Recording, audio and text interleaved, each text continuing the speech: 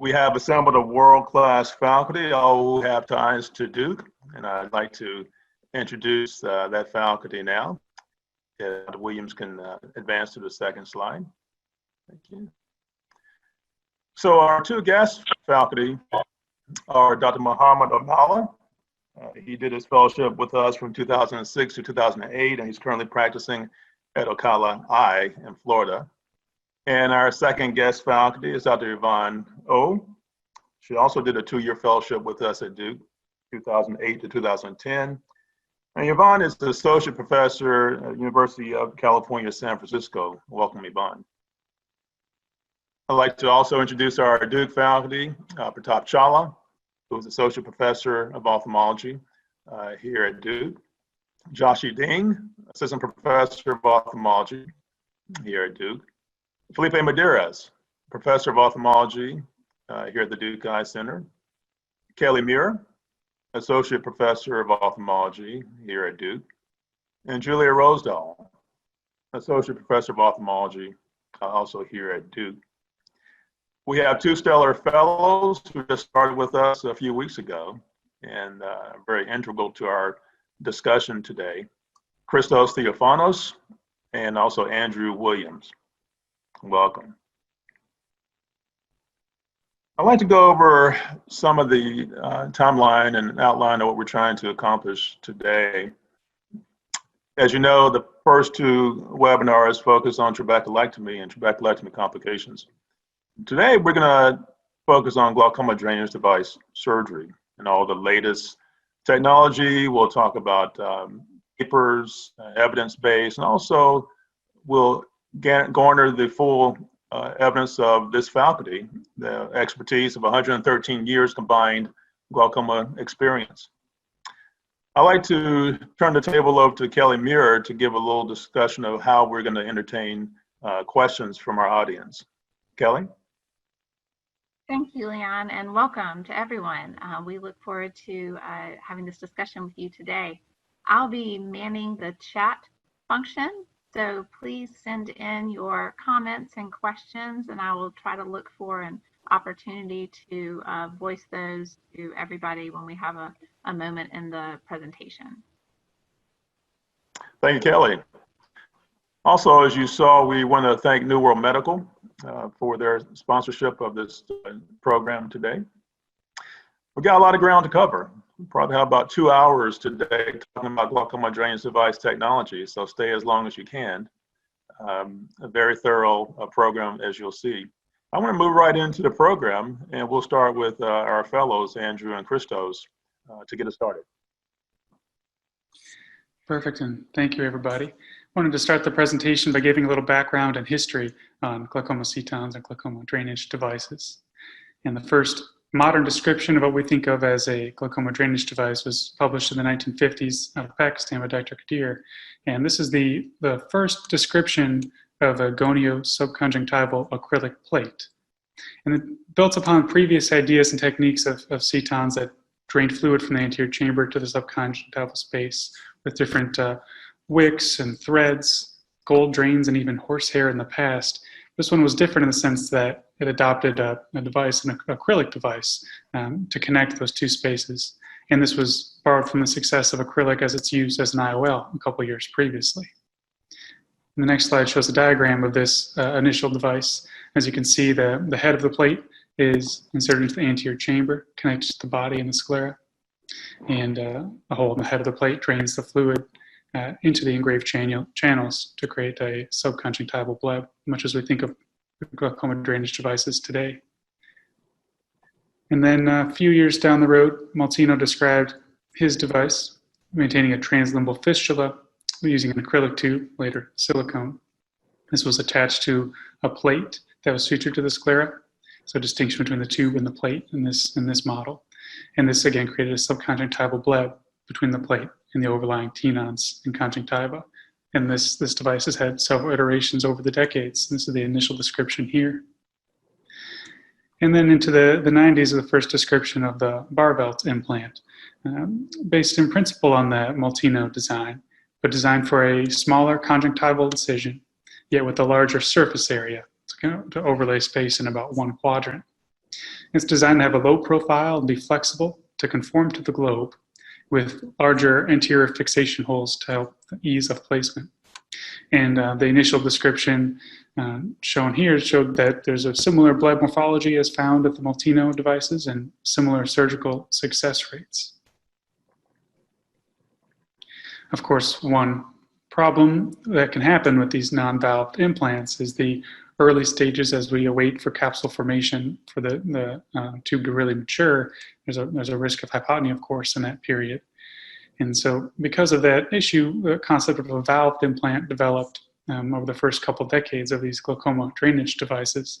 And one of the early ones described here by Kruppen, a unidirectional slit valve, you can see in that diagram on the upper left, designed in theory to keep the intraocular pressure above 9 to avoid that early postoperative hypotony, with some success, but not quite a perfect iteration. Several other valved implants have been designed, and ultimately, now the most commonly used one, the Ahmed glaucoma valve, was published in the 1990s. The diagram shown in the bottom right is with a silicon elastomer membrane folded over and placed on this horizontal tension to act as a one-wave Venturi valve, trying to keep the intraocular pressure above 8 and really help to prevent that early postoperative hypotony. And this has been shown to have a more predictable, immediate, early postoperative period. One thing that sort of evolved as the Ahmed glaucoma valve has undergone iterations and improvements is the implementation of these 3 positioning holes on the posterior aspect of the plate. And the idea is to help promote tissue ingrowth and decrease vaulting of that plate. And we have a video here showing an exploitation of a tube plate, and it shows here the amount of integration that tissue has in those fixation holes.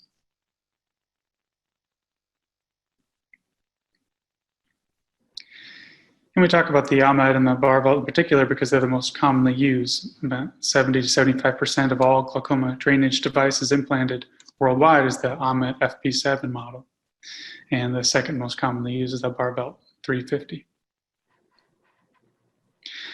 But as time goes on, these devices continue to improve and technologies continue to evolve. And just last year, the Ahmed ClearPath glaucoma drainage device entered the US market. And this was designed to make further improvements upon these non-valved implants described previously. You can see in the diagram an even more anterior suture fixation point with a pre-threaded ripcord, and we'll talk about ripcords a little later. This comes in similar sizes as the bar vault, the 250 and a 350 model, and designed to fit in between and behind the extraocular muscles. Of course, there's constant evolving as we go, and one thing that Dr. Herndon had noticed with the Ahmed ClearPath is the tube tends to have a memory, a curvature. You see here the packaging that seems to promote sort of an anterior or superior vaulting of that tube. And the next slide will show what that looks like kind of in situ. You see the tube protruding upward and kind of having a memory without fixing nicely along the curvature of the globe as we would like.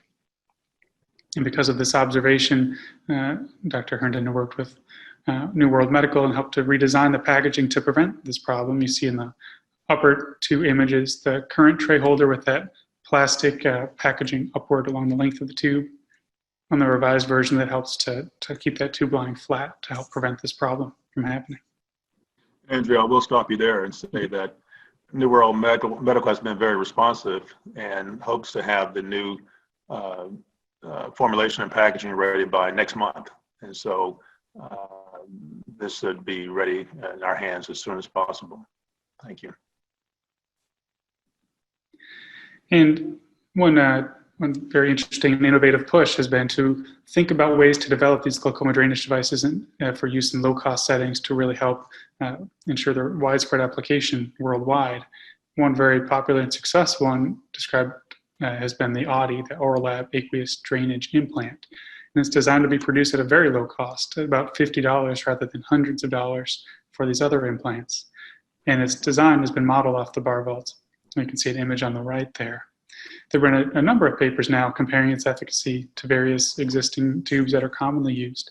And it has a similar success rate when compared to the Ahmed and the bar vault devices. And then next slide shows side by side the bar vault implant on the left and the Audi implant there on the right, showing how similar the design is. But the production process is different and designed to really keep cost in mind. And the molding compress used for the Audi is shown here.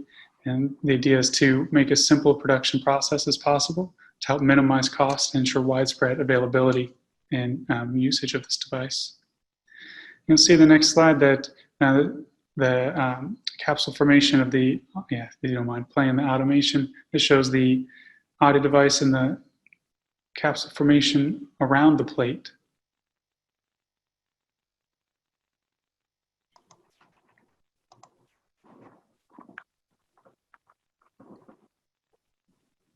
And as that capsule matures, that temporary varicose suture will release, and you can see the aqueous forming a nice capsule. And you can appreciate that bleb over the plate, just like these other non-valve implants. And the Audi device is gaining traction over the last few years, really increasing in usage all around the world, and as a way to help really provide these interventional glaucoma solutions more broadly to really help make this cost-effective and available technology. One other new iteration of a glaucoma drainage device we wanted to touch on is the Paul device. And this one's unique in that it has a very small caliber tube diameter. You can see the bar chart on the bottom left, the Paul in orange on the far right. And you can just appreciate how much smaller that caliber is compared to some existing devices on the market. And this is accompanied by a large plate. And some recent data has shown similar one-year surgical outcomes compared to some other devices, and with complete success in about 69%, and in this study, qualified success in over 90%. And so really quite on par with some of the other devices in common use. We'll show some images of that Paul device next. You can see there on the left, threaded with a 6-0 Prolene. It's again a non-valved glaucoma drainage device.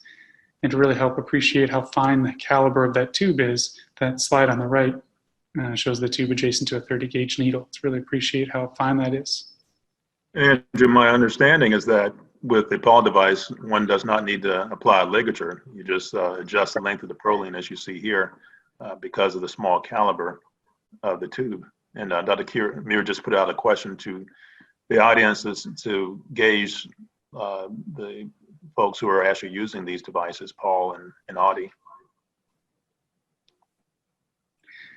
Yeah, and Dr. Herndon mentioned, you can see here the Prolene to be adjusted for flow. And you can see on that right panel, entering the anterior chamber, the 25-gauge needle stab. Again, just a smaller caliber than devices commonly used.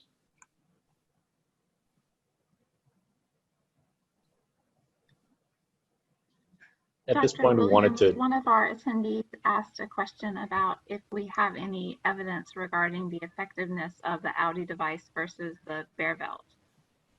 Did you come across anything in your reading? So there's been a direct retrospective comparison between the Audi device and the Ahmed, showing fairly consistent data, although not with particularly high power, but similar outcomes. And comparing from one study to another, the outcomes seem about the same between the Bearvelt and the Audi, although I haven't found a study that compares them directly in a controlled setting.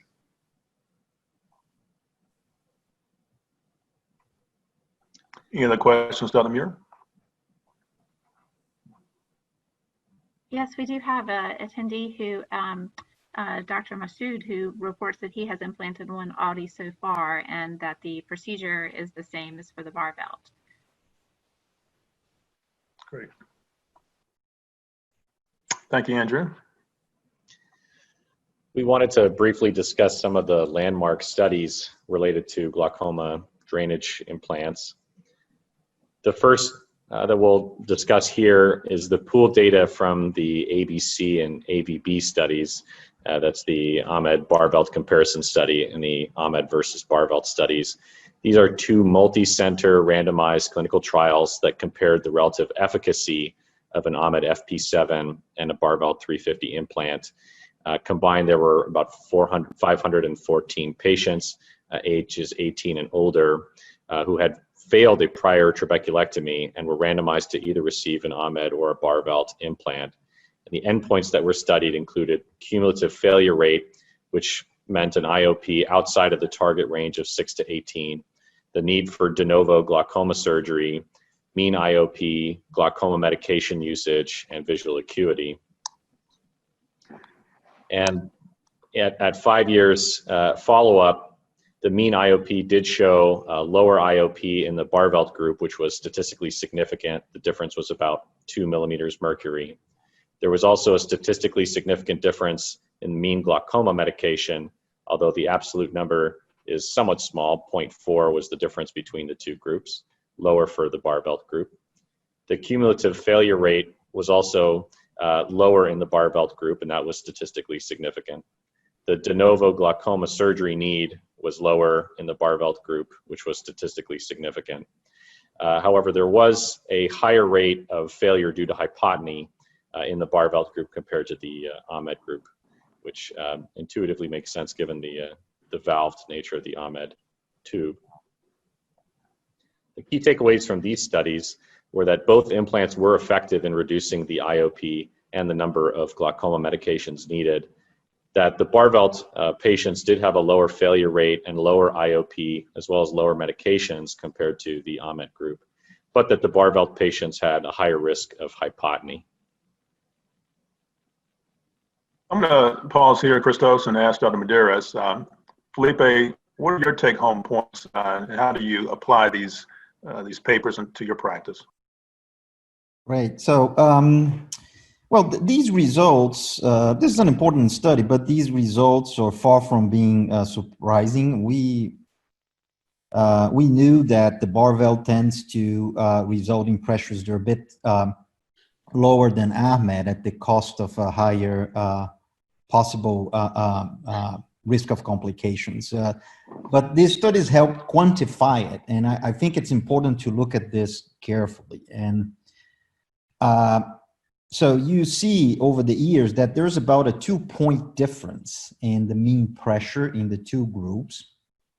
And this is from a baseline that started with 31 millimeters of mercury pressure. So it's unlikely that a 2-point difference, if you start with a pressure of 30, lowering it to 15 or 13 is going to make any difference for the vast majority of patients.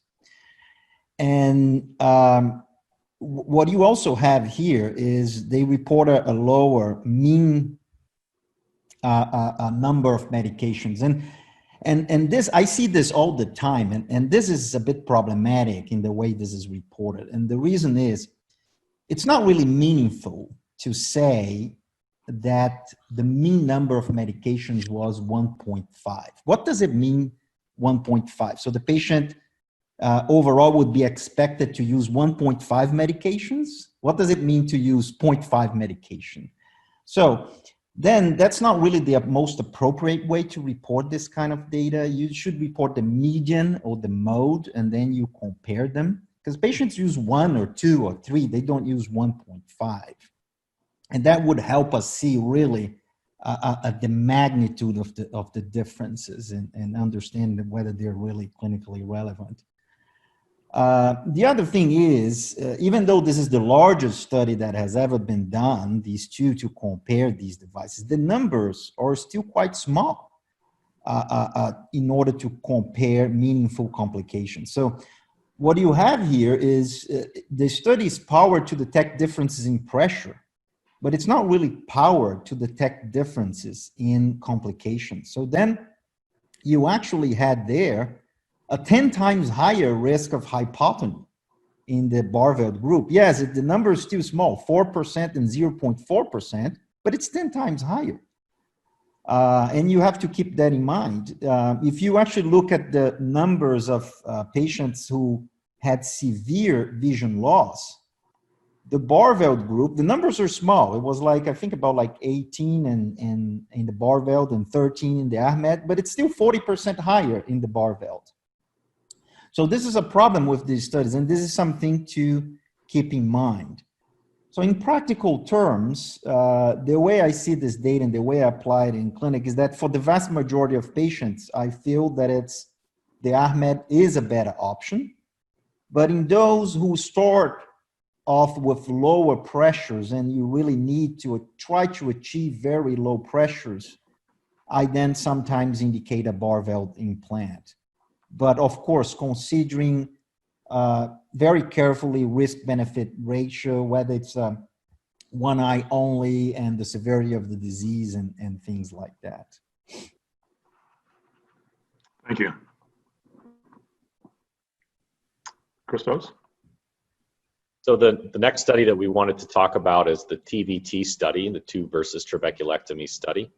This was a multi-center randomized trial involving 17 different centers that compared the safety and efficacy of tube shunt surgery to trabeculectomy with mitomycin C in patients who had previous ocular surgery. The study included 212 glaucoma patients, age 18 to 85, with IOPs ranging from 18 to 40 who were on maximum medical therapy and had either had a previous cataract surgery, trabeculectomy, or both. And patients were randomized to receive a supratemporal Barvelt 350 or a superior trabeculectomy with mitomycin C applied for 4 minutes. Again, we have 5-year follow-up data. The results showed no statistically significant difference in IOP, although the absolute number was lower in the trabeculectomy group. There was no statistically significant difference in the number of glaucoma medications. However, there was a statistically significant difference in cumulative probability of failure, which was higher in the tube group, higher in the trabeculectomy group. And the rate of reoperation for glaucoma was 9% in the tube group and 29% in the trabeculectomy group, which was statistically significant. So the key takeaways from the TVT study were that the tube shunt surgery had a higher success rate compared to trabeculectomy, that both procedures were associated with similar IOP reduction and use of glaucoma drops at 5-year follow-up, and that additional glaucoma surgery was needed more frequently after trabeculectomy compared to tube shunt placement. Thanks, Christos. Mohammed, how are you using the TVT results in your practice? So, thank you, Leon. So basically, you know, the TVT looked at these as it was nicely summarized in patients who had previous surgery. So really, the results of the TVT for me, whether if patients have already had a trabeculectomy, and that's failed, I don't do a second trabeculectomy.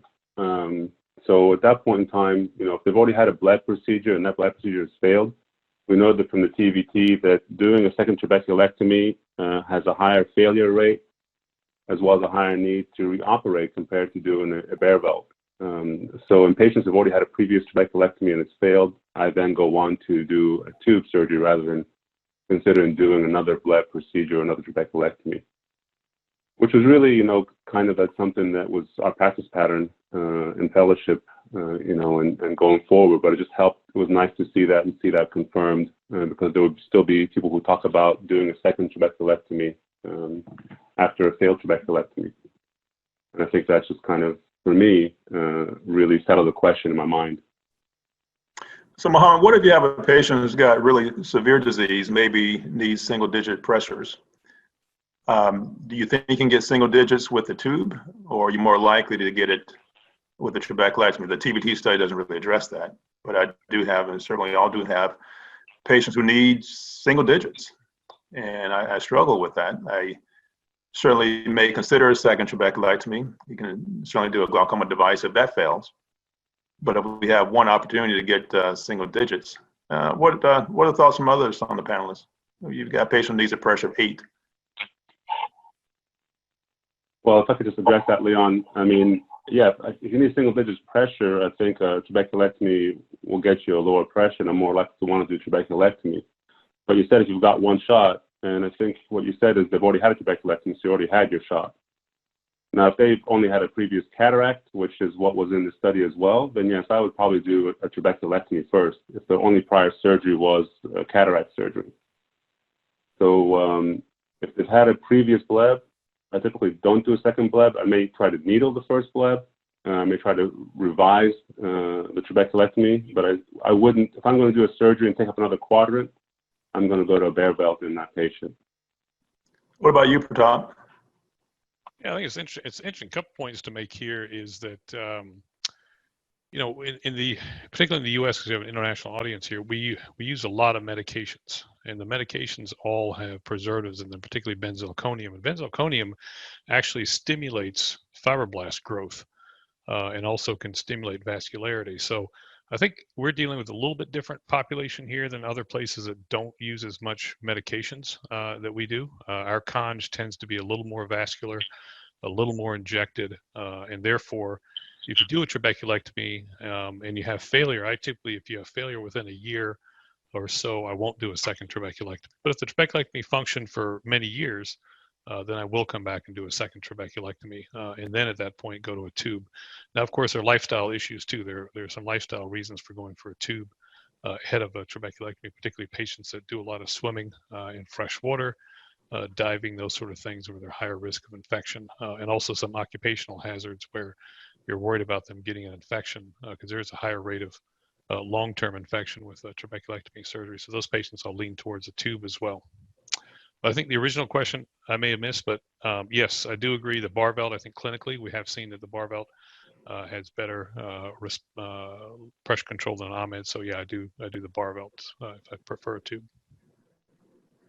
All right, thank you, gentlemen. Christos? So the last of the landmark studies we wanted to discuss was the PTVT study, the primary tube versus Trab. This was an unmasked, multi-center, randomized clinical trial that involved 16 centers. In total, 242 patients were enrolled who had uncontrolled glaucoma and had no previous incisional ocular surgery, differentiating it from the TVT study. Patients were randomized to either a Barbell 350 or trabeculectomy with mitomycin C. In this study, the mitomycin was applied for 2 minutes. Main outcome measures were a rate of surgical failure, which was defined as an IOP outside of the 5 to 21 range, or a reduction that was less than 20% from their baseline IOP, the need for reoperation for glaucoma, or loss of the eye to light perception vision. And secondary outcomes included IOP, number of glaucoma drops, visual acuity, and surgical complications. For this study, which is more recent, we only have 3 years of follow-up data. But at 3 years, there was no statistically significant difference in the cumulative probability of failure. However, there was a statistically significant difference in IOP with a lower IOP achieved in the trabeculectomy group. And the number of glaucoma medications was also lower in the trabeculectomy group, which was statistically significant. There were no statistically significant differences noted in serious complications, although the absolute number was higher in the tube group.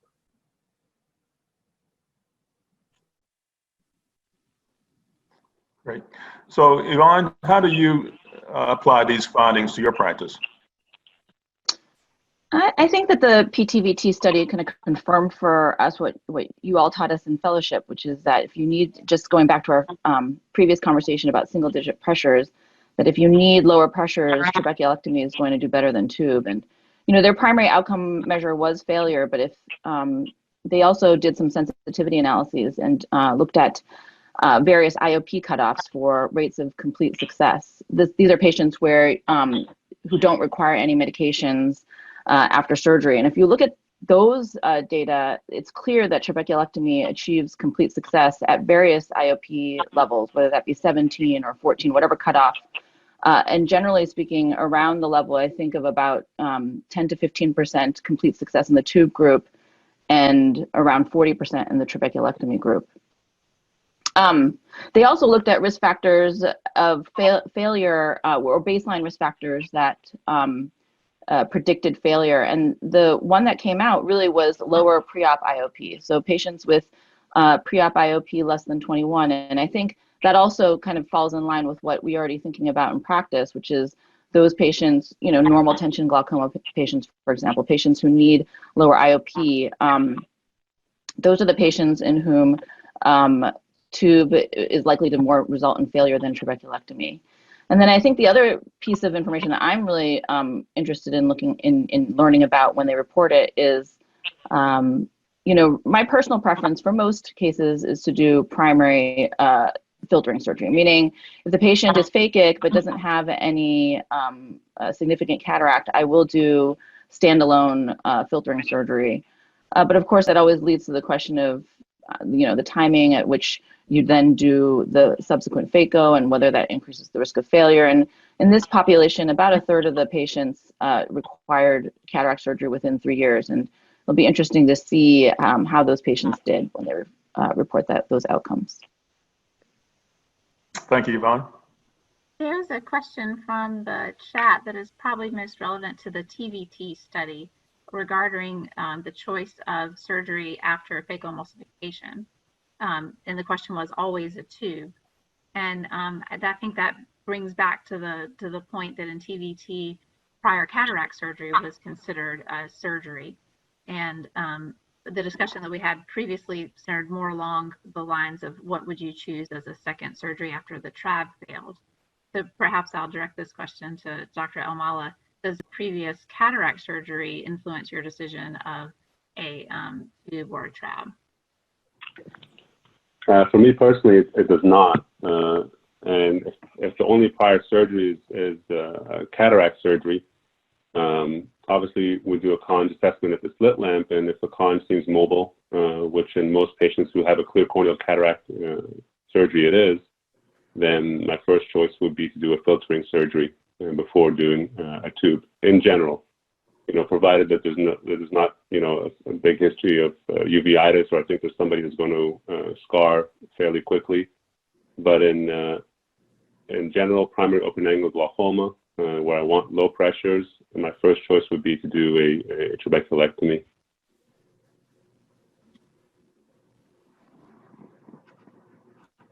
Any other questions, Kelly? There was one other question that is perhaps best for Dr. Williams or Theophanis regarding the evidence in the Ahmed versus Beervelt studies, as well as the TVT and PTVT studies. And that was if there were risk factors identified for hypotony in the Beervelt arms of any of these studies. The one that comes to mind is initial low IOP. I'll have to look back and see if there were any other risk factors that were identified in those studies. The problem, again, following up on what I said, is the numbers are too small. So you're going to have, if you have an incidence of, let's say, hypotony of 5% on a 200 sample, actually it's 100 and something, right, for each study. Yeah, you're going to have like 5 people, 6 people. You can't do any analysis of risk factors. Great point. Okay, I think we'll now go to techniques. And so we're going to break down each step of the glaucoma drainage device surgery and give you ample opportunity to ask questions. I'm going to share with you our technique, and certainly are open to other suggestions. And so, Andrew, are you taking this? Yeah, that's right. And so when we talk about performing the surgical techniques, we want to start by thinking about preoperative planning and things we think about in the clinic when we're about to sign a patient up for surgery. And in particular, things that come to mind is assessing the conjunctiva. We have been alluding to this earlier, and then thinking about which quadrant to place the glaucoma drainage device. Joshie, what are you looking for when you're evaluating a patient for glaucoma drainage device surgery? Hi, everyone. So we want to start with the local site where you're going to be doing your surgery. You're looking at your conjunctiva, making sure the tissue is mobile, assessing the vascularity and the thickness of the tissue. We've looked at the studies to indicate which tube might be best for your pressure outcome, but you also have to make sure that's realistic for the site you want to implant into that particular eye. I also look for prior histories, if there have been previous blebs from a Trab, Express, or Zen. These are basically areas I want to be careful not to disturb in my peritomy and dissection. Also, if there is a scleral buckle, I want to know if it's anterior or posterior. Can I use it for my plate fixation? I want to assess for prior history in terms of uveitis. Has there been a history of a subtenon's kinologue? This kind of goes back to the question of hypotony. If I'm putting in a non-valved implant, if there's been prior steroids in that subtenon space, that could put me at a higher risk of hypotony. If this is a patient who has neovascular disease and maybe high PAS, which is vascular and prone to bleeding, I may consider using a sulcus tube placement rather than in the anterior chamber. Also, a point that I think we don't think about very often is a long time ago, was there a history of strabismus surgery? That might mean the rectus muscles are not necessarily in their expected positions. So you may need to plan a smaller implant or be prepared to partially amputate the wing of a larger 350 implant. We also now have the ClearPath option, and this plate is designed to be a little bit more pliable than the bar belt, and you can kind of fold and tuck the wings a little bit better, maybe help you fit into some tight spaces. So I think the actual eye and the surgical site is going to finalize your choice for the type of implant and maybe where to go. Thanks, Joshua. Kelly, what about the quadrant selection? Where are you going with your first tube? I still like to try to go supratemporal with an initial tube. And I find that even in patients who've had trabeculectomy, then that's usually doable, even if you have to route the tube a little bit differently to get where you want to go. I tend to choose infranasal as my second quadrant of choice. I just think there's more room down there, although the closure can be more challenging, and I believe there's a higher rate of exposure, although that hasn't played out in the literature to my knowledge. Pratap, if you have a failed Trab in the superior temporal quadrant, will you still go there with your tube? I do. I like the supratemporal quadrant for a couple of reasons. One is the exposure is very good. The nerve is pretty far away from the back of the plate. The second thing is the cosmetic result is usually quite good in the supratemporal quadrant.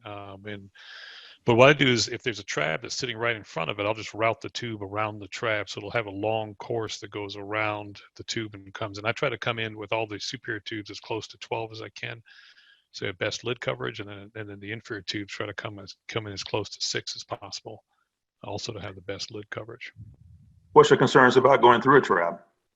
Well, I think the big problem is that if you go through the Trab, through the flap, you're going to have some hypotony issues early on because you can't control the flow through the Trab flap very well. Okay, Christos.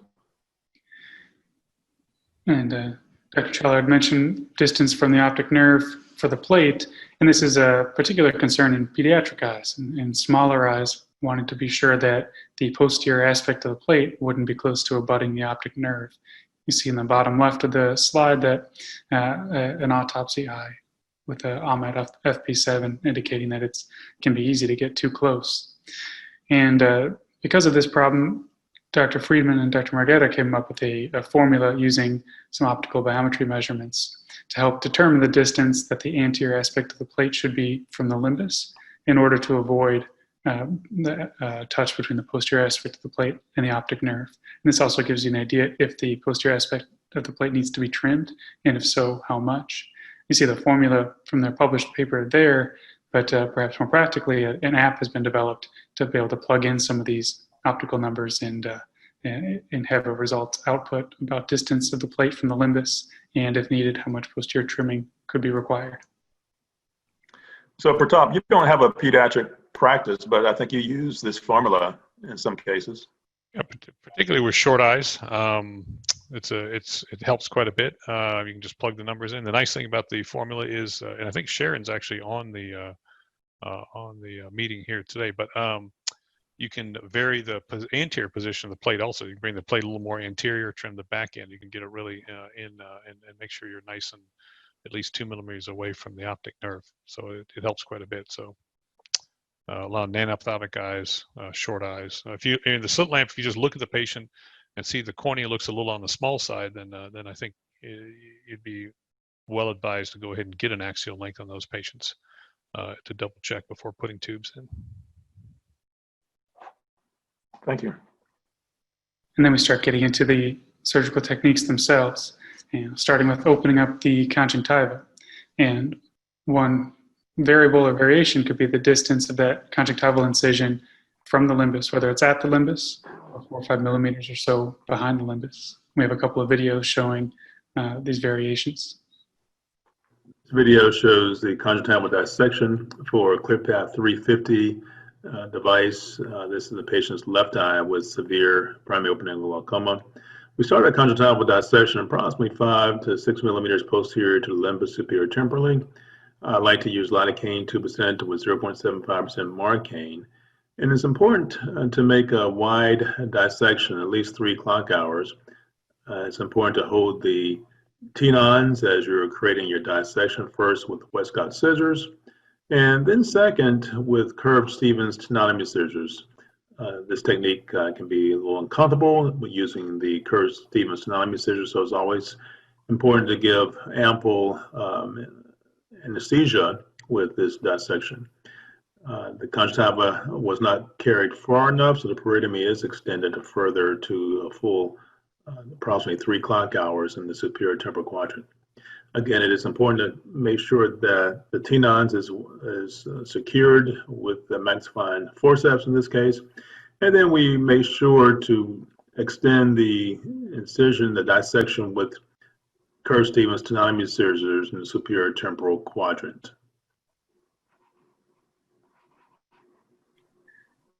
And then the next video is one from Dr. Moderator showing making an incision at the limbus. Felipe, can you walk us through your technique? Yeah, there's not much secret on it. I do the opening right at the limbus, and with two relaxing incisions, as you're gonna see there. So you just open through the limbus and you do the relaxing incision. This gives you an excellent exposure. This is a very standard technique. The only issue that can happen is sometimes you may have fibrosis close to the limbus, which can make it a little bit more challenging to close, but that's the exception rather than the rule. And when that happens, you can go a little bit more posteriorly if you want, but I never really encounter a situation where you can't really use this. That's very unusual. So I use this standard technique. Josh, I think you use a similar technique. I do. I got my start in private practice, so I really got used to working as a solo surgeon without the assisting hands of a fellow or resident. I find that the limbal incision is just easier when both of my hands are occupied and there's no one to help me get that anterior conjunctiva out of the way. I also think that with a limbal incision, it's good for high tension wound closures because you can take episcleral bites as much as you need, and that really helps to anchor down the tissue. Thank you. Yeah, in terms of the anesthesia, when I make that first incision, then I usually do a little bit of a tunnel, and then I insert a cannula and go subtenon all the way for the anesthesia. And that's enough. Gives very good anesthesia. Good. And then there's some planning that's involved specifically for non-valve implants, and particularly tying off the tube and the use of a ripcord. We have a couple of videos here showing tube tie-off, first of a ClearPath. The AVB ClearPath 350 comes already loaded with a ripcord that you can or may not use. I chose not to use that. I prefer a 6/0 Proline. One thing I like to do is trim the tip of the tube to make it a bevel, so it's a little easier to thread the tube with the balanced salt solution cannula. And I like to tie the tube off prior to starting the case. So we do this at the side table. And we thread 6/0 Proline through the back end of the ClearPath. You want to make sure that you place the non-traumatic end through the tube. I like to use a 7/0 Vicryl ligature. And I like to line the ligature up with the eyelets as you see. Start with tires, and then it's really important to use locking needle holders to get a really tight grip of the tube. And you want to continue to apply pressure until there's no further flow of fluid at the plate after your assistant will inject balanced salt solution through the tube. So once it's established that there's no further flow of fluid through the tube, the balanced salt solution cannula can be removed. And then you continue your 311 ligature of the ClearPath.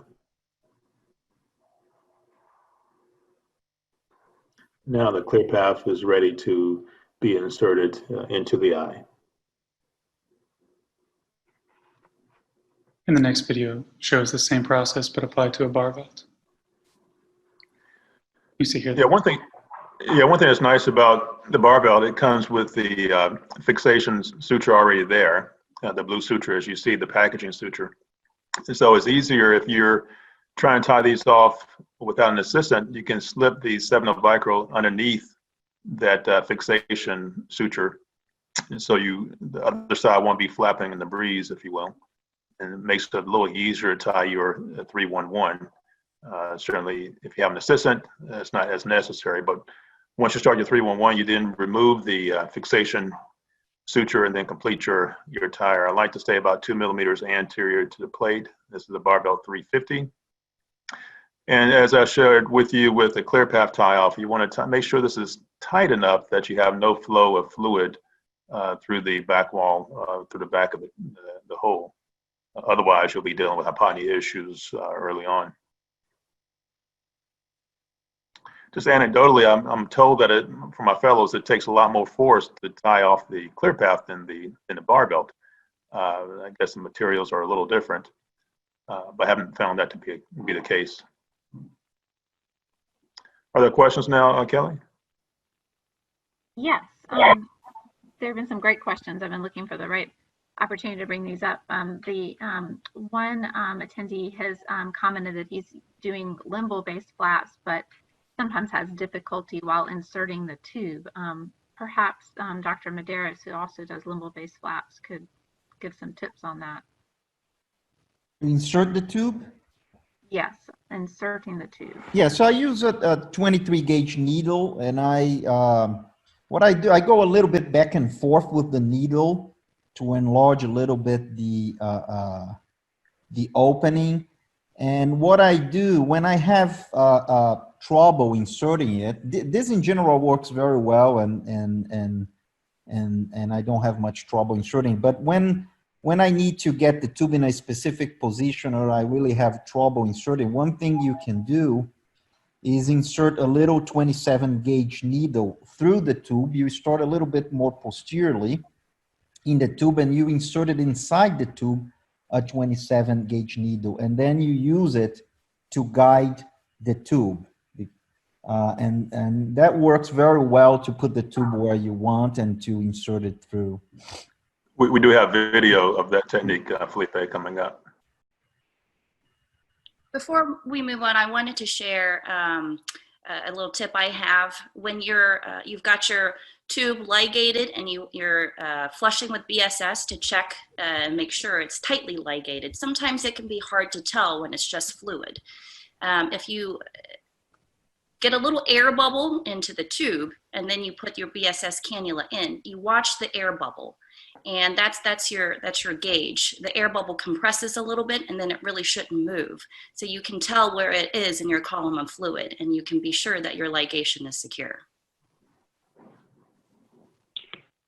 And that subject, we have more coming up on tube insertion, but there was also a question that takes us a little bit further back to the preoperative planning.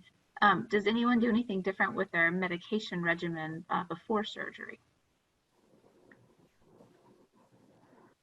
I don't. I keep them on otherwise with trabeculectomy surgery, I may take them off of agents that cause inflammation and allergy to the surface, as you want that surface to be as white as possible.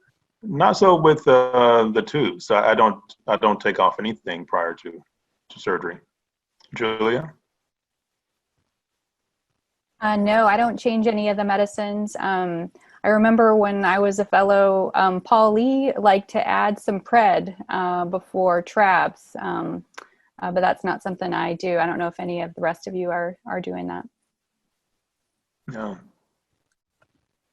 I had steroids before trabeculectomies, especially patients that were very inflamed, but I really didn't find an additional benefit to doing that, and I've since abandoned that.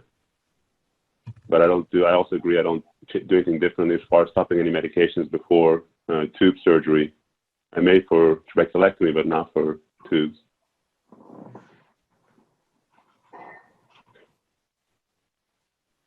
And we've talked a bit about.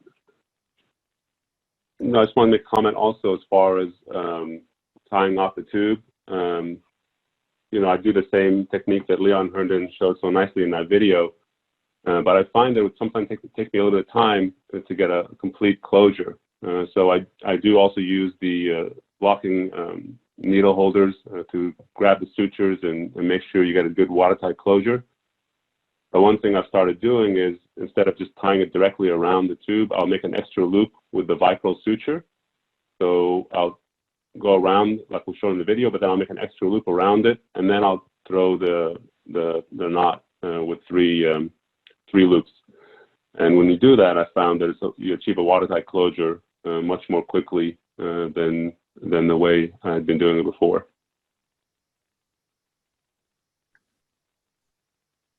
Okay. And we talked a bit about the non-valved implants, but another important point for the valved implants, and specifically for the automatic glaucoma valve, is want to ensure the quality of the device and priming the device and assessing the flow. And we'll show a video of that. What we're looking for when we prime the device, a nice firm stream of flow. So sometimes we'll reject OMEDs on the table, and I don't really have the right formula. I'd like to see a brisk flow like Muhammad showed on this case. If it dribbles, I may reject the device. I think, Pratap, you have some factors and measures that you're looking at when you're deciding when to use the OMED. Yeah. So one key is when you're priming the valve is to use a 1 cc TB syringe, not to use a larger one, because a larger one, when you press on it, you actually end up feeling the resistance at the hub of the needle. And so on a 27 gauge cannula with a 1 cc syringe, you can thread it and you can get a good feel for how much pressure it is going through. And sometimes, lately, I'll say within the last 4 or 5 years, the valves have been very good. Prior to that, there was some variation in them, and so some of them would be too loose. Occasionally, rarely. Run the video again, Andrew. So. Run the video again, Andrew. Mm-hmm. Go ahead and push play, Christos.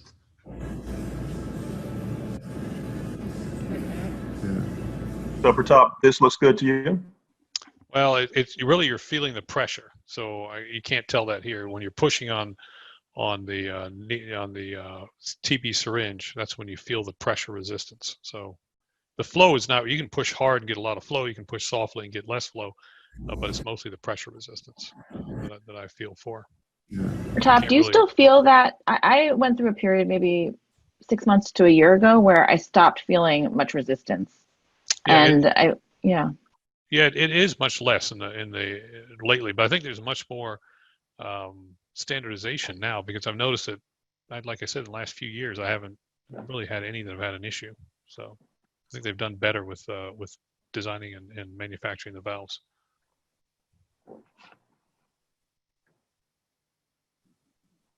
Thank you. I think as far as moving along with surgical technique. One thing, Andrew, let me hold you there. So going back to the OMED, I recall training that my attendings told me you got to be really careful handling the device. You know, don't use the 0.12 around over the plate. And I'm not sure if that's the case. I certainly have handled that area. Is anyone out there actually being very careful, particularly careful with handling their OMED plates over the leaflets? Yeah, I do. I think the leaflets are the issue. I don't like to grab the leaflets. The main reason for OMEDs that have failed, if you come back and look at it, what you find is you find small micro cracks in the device, and that's where the fibroblasts can attach to, and they'll actually attach to the leaflets and grow into the valve mechanism. So that's why occasionally you end up with a failed valve. You go in there, you can pull the fibrous tissue out of the valve mechanism. I think that's the main reason for it occurring. It's sort of a corollary. We don't have direct comparison because these are all inferences. You can't really do good pathology on a plastic device. But if you look at it under the microscope, you can see there's small micro cracks in the device, and we're assuming that's where the fibroblasts are able to attach to. So I try to be very careful in handling the area of the valve, but everywhere else on the implant's fair game. You can grab it anywhere you want. So. Appreciate Dr. Cahook's comments on the Ahmed. He says the leaflets are inside, you can't grab them. So appreciate that, Malik. They are inside, but you can grab them and crush them from the outside. That's the point. Yeah. So. Thanks. Dr. Cahook is also pointing out, and please correct me, Dr. Cahook, if I'm not explaining this correctly, that the varying resistance that we feel with the priming is due to how the leaflets are sitting, not necessarily internal resistance. So as long as you see some fluid flow, then the resistance is adequate. Okay. All right, Andrew, thank you. Let's proceed. And then the next steps we think about as far as moving forward with the surgical techniques is identifying the muscles and ensuring that you're checking for any anatomic variation or check ligaments and making sure you're in the quadrant you think you are, not putting a plate on top of a muscle. We have a video on the muscle isolation process. This video demonstrates a technique of isolating the rectus muscles, in this case of an Ahmed ClearPath 350 device. We use one small muscle hook first to isolate the lateral rectus muscle first. It is important to use a second muscle hook to isolate the lateral rectus muscle to make sure that all the muscle fibers are isolated, including the check ligaments.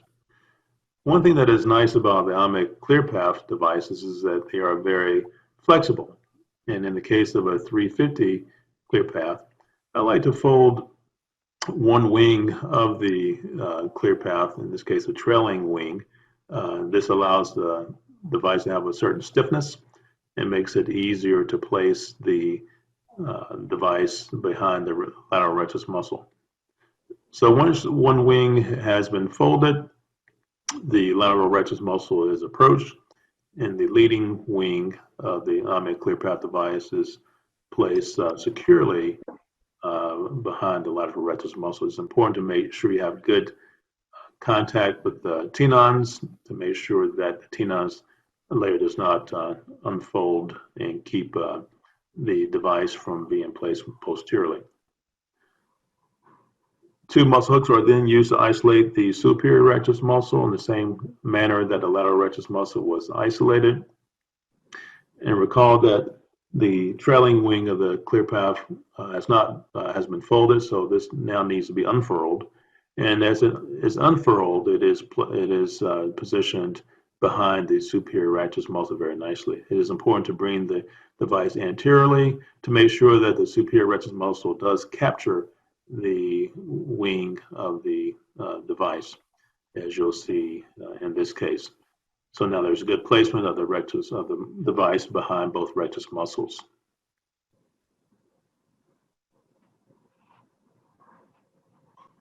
Who does things differently with their muscle isolation? Joshie?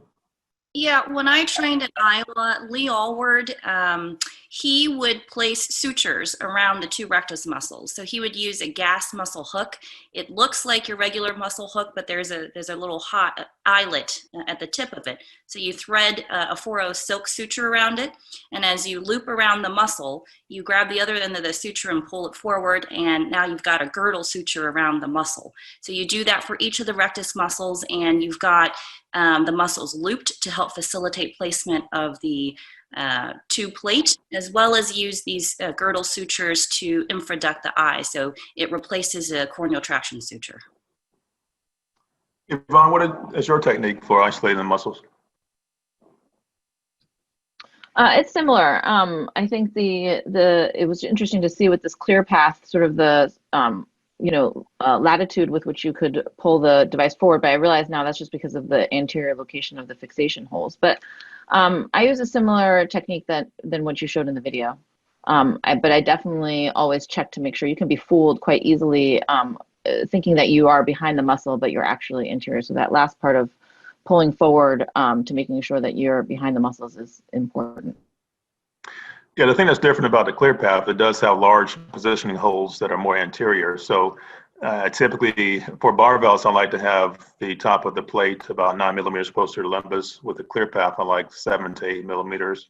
So you don't want to be too close to the limbus with these ClearPaths, but the positioning holes, the fixation holes, if you will, are much larger and certainly easier for trainees to learn to place the tube, the suture through.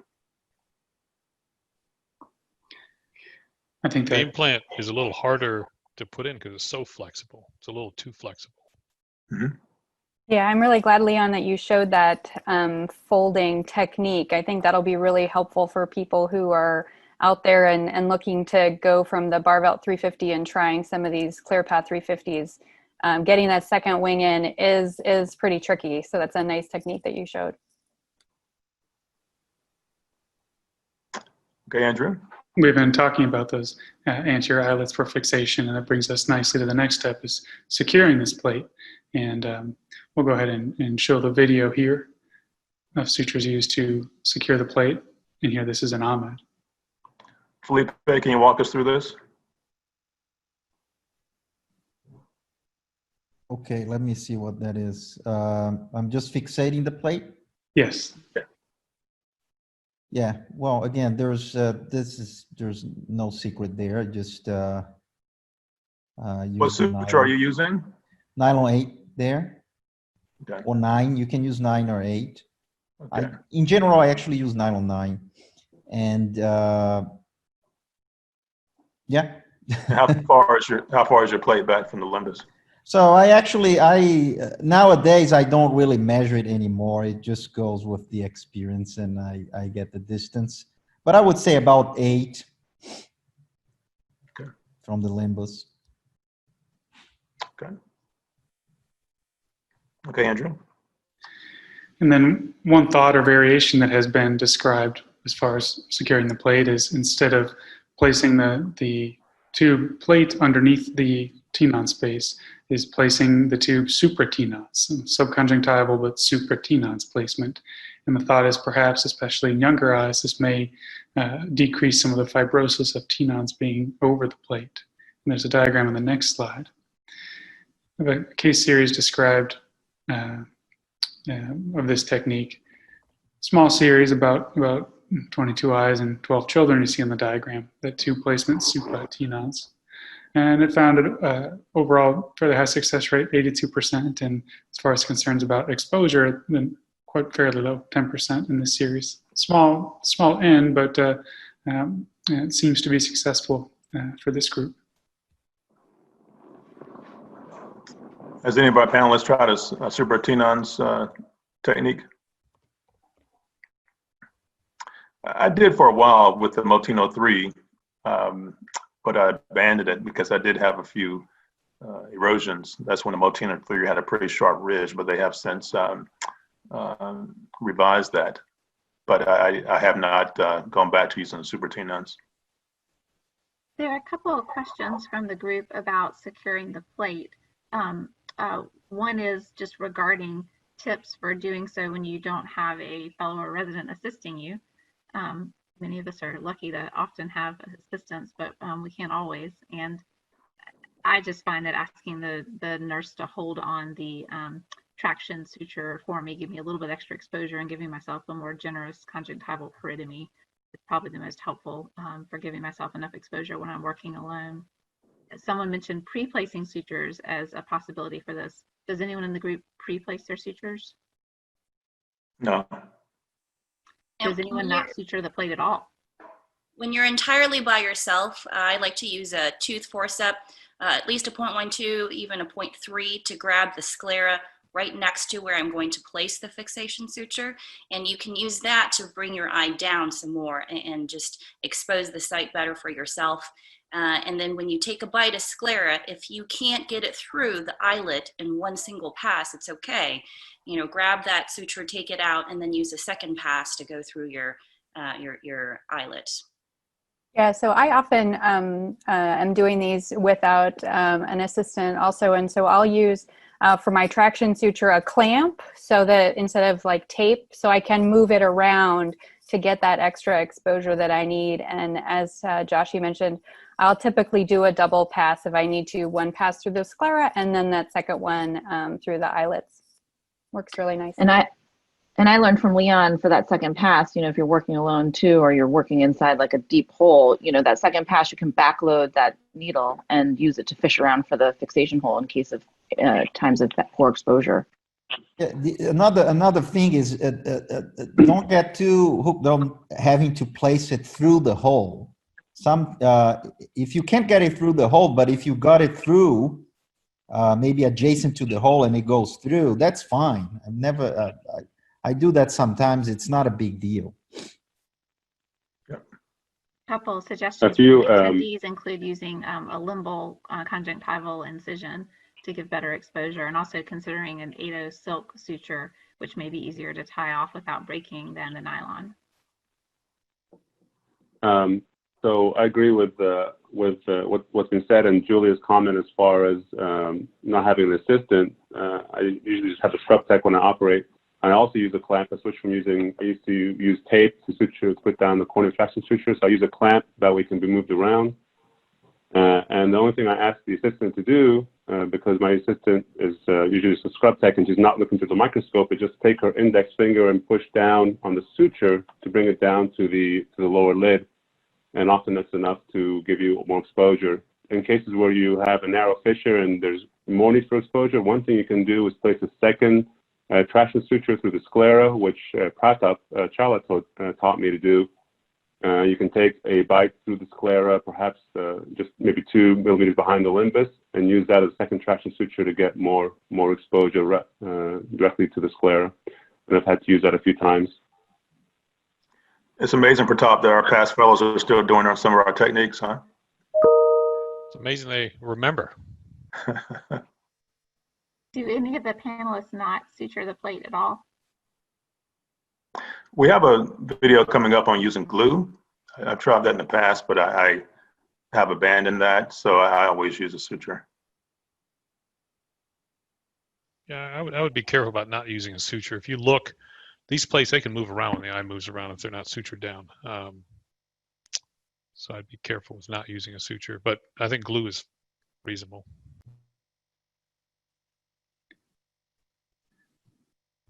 So the next step that we'll talk about is the creation of the sclerostomy. This first video from Dr. Herndon uses a 22 gauge needle to create a shelved entrance into the anterior chamber. Yeah, so I'm measuring 3 millimeters, and that's as long. I use a 22 gauge needle, which is different from most of our panelists. But the 3 millimeters is as long as the bevel is, and so if you have poor visualization, you can use that bevel on the needle to determine when to start rotating your hand down. And so for a tube in front of the iris, I'll go to halfway between the inner and outer bevel and start diving down. But if I'm going to get in the sulcus, I'll make that dive a little sooner when the limbus is right at the internal bevel. Let's run that again, the video. Yeah, so we're measuring 3 millimeters. I want to show you that the 22 gauge needle is 3 millimeters in length, the bevel. And when you place your 22 gauge needle at the 3 millimeter, let's see, looks like the video has stopped. Let's run that again. Okay, when you place that 3 millimeter point, you want to fixate. You don't want to really grab the conj very tightly. I've had some fellows tear the conj off. Grabbing also posteriorly at the plate is probably a better place to fixate. And then by using that technique, and this is a tunnel, some use longer tunnels, but I've adapted this tunnel years ago because I used to place the tube closer to the limbus and I would get exposure. And that's where I typically would get exposure near the limbus. Now that you have the tunnel, you've got at least 3 millimeters of the patient's sclera that's protecting the tube, and you're less likely, in my experience, to have an exposure or erosion. Yeah, so I like a really long tunnel as well, as long as I can get it, even 5 or 6 millimeters of there. And I'll typically also mark the tip of my needle so that I have a little purple spot where I know where I went in. That makes it a little easier to start that threading process. Joshua, what about your technique? So I was in a private practice outpatient surgical center, and during those years where a patch graft was not covered. And so I tried all different methods of tunneling. I think the easiest and the most efficient is to use a long needle tract. And you usually start at least 5 millimeters posterior. Sometimes I even do 6. And you're using a 1-inch needle. You can use anywhere from a 22 gauge. I've seen a 24 gauge described in literature. Most of the time I use a 22 gauge needle, and I find that the tube slides in very easily without resistance. I think the long track also prevents peritubular leakage, which would cause hypotony. I think that method is very fast and elegant. However, it's a lot of tension in the scleral tunnel on your tube. So in the AC, your tip ends up being more anterior to the cornea than perhaps it appears on your operating table, and you have to be very careful about that. One thing you can do is to purposely leave the tube length a bit short, so it's just a tiny little tip in the AC, then it's better for staying away from the cornea. Also, if you're in the midst of that long tunnel and you find your tube position is not ideal, you probably really should start all over. Start with a new track, 5 millimeters posterior. If you give it a second pass in the middle of the tunnel and divert more posteriorly, when you thread that tube, it's almost always still going to follow the original trajectory and you'll still be anterior. Now that you have patch graft material available, have you abandoned the long tunnel technique? I have gone back to using patch grafts. I think it's just the way I was trained. But I'm now flipping back and thinking maybe I should try more of the tunnel technique. I think the biggest challenge is just the ultimate position in the AC. It tends to be closer to the cornea. There's a lot to be said about using a tunnel, though. I mean, you don't have to depend on availability of tissue. You don't have to wait for sclera to soak and be ready. Also, it's a vascularized live tissue. So inherently, I think it's more resistant to melting and erosion. And for all those reasons, it's still worthwhile to explore. Yeah, some say, I use a 22 gauge needle. I guess most use a 23 gauge. The concern was years ago that there would be peritubular leakage by using a larger gauge needle, but I really haven't found that to be the case. And it is easier, obviously, to slip the tube through the sclerostomy. There's some great comments in the chat about creating the sclerostomy as well. Dr. Friedman points out that in children, the tube always tries to rotate forward over time. So she uses a 30 gauge finder needle and then does not make a tunnel. Okay. We have a few other videos with different techniques. This first one is what Dr. Medeiros had mentioned previously, of using a 27 gauge needle to introduce it into the lumen of the tube to help find the correct anatomical position you're seeking. Hey, Felipe? Yeah, so you can insert the little needle inside, as you can see. This can help you guide where to place the tube.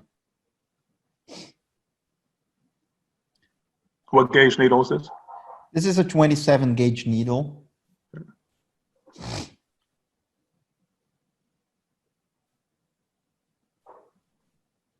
So is this a second entry? Because it looks, these are hard to do unless you've already made an No, entry. oh, this is with a 23. Yes, you do the first one with a Right. 23 gauge needle, like you would. Show the normally. video again.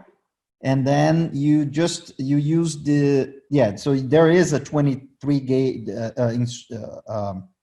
passage there already. So you do the 23, and this is the 27 that you insert inside the tube. Yeah, what I've done sometimes is push the ripcord up through the tube and then use the ripcord pass to guide the tube coming in behind it. And you can see that I use the traction suture for counter pressure. I like to do that. So I actually use the traction suture to hold the globe. I find that really, really helpful. In general, I use it regardless that way. with the traction suture. So the question will come up, Felipe, the track that you made through the tube, is that in the anterior chamber now, or are you concerned about leakage?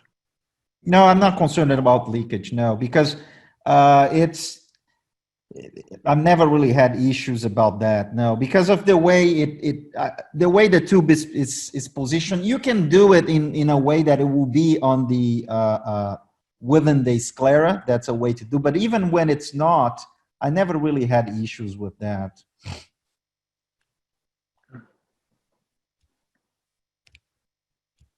The next case that we will look at is placement of an inferonasal tube.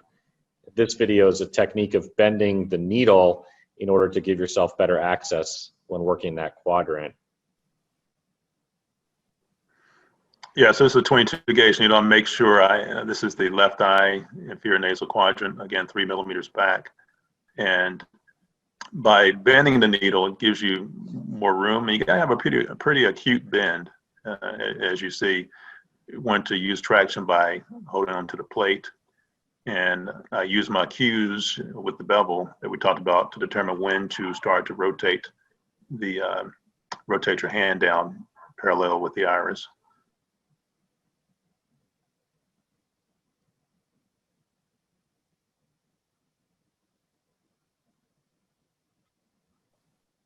Okay. One other technique that's we'd like to discuss is the use of a cyclodialysis spatula in order to guide the tube into the correct position. That's what this video is showing here.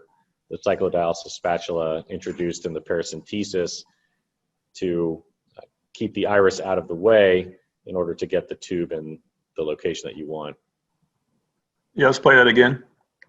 So we've all had cases where they're high PAS, or for whatever reason you just can't get the tube in the right position. So this works well, viscoelastic in the anterior chamber, and you or your assistant can push the iris down gently right at the sclerostomy to allow for placement, proper placement of the tube.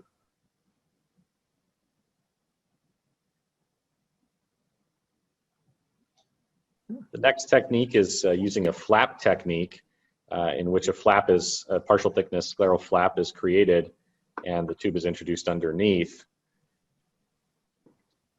So this is actually a video.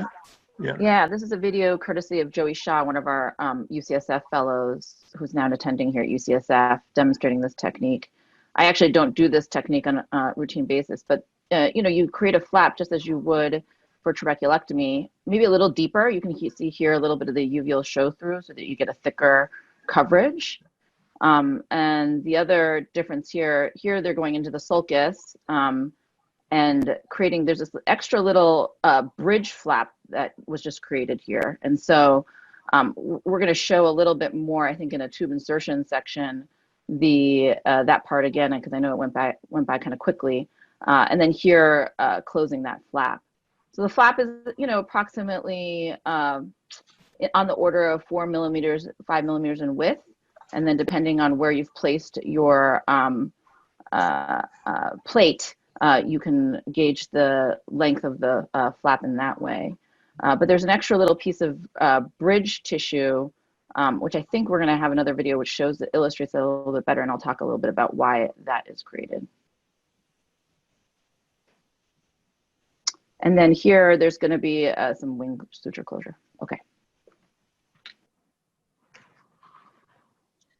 Dr. Ding set up this conversation quite nicely about what the options are when a patch graft is not available, which in a lot of parts of the world may be the case. This was just a paper published in 2010 that looked at 106 pediatric eyes in Mexico, in which that long scleral tunnel was used without the use of a patch graft. They were followed for 4 years afterwards. Showed nice IOP reduction, average 28 down to 14 millimeters mercury. And at 4 years of follow-up, they didn't have any tube extrusions or exposures. So this was sort of a demonstration of efficacy of creating that long scleral tunnel without use of a patch graft. So the next part of the surgical techniques we wanted to discuss was anatomical location in terms of tube placement. between anterior chamber, sulcus placement, or pars plana. This is just a paper that looked at 36 eyes with a PC-IOL already in place who underwent ciliary sulcus tube implantation. They were followed for a mean of 21 months and found good preoperative, postoperative IOP reduction from 27 to 10. In this group of 36 eyes, 7 of them had corneal transplant, and of those 7, 6 of them were clear at the end of the follow-up period.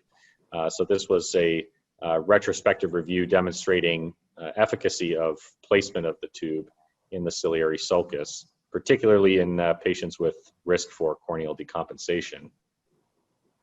Joshua, when might you choose the sulcus placement?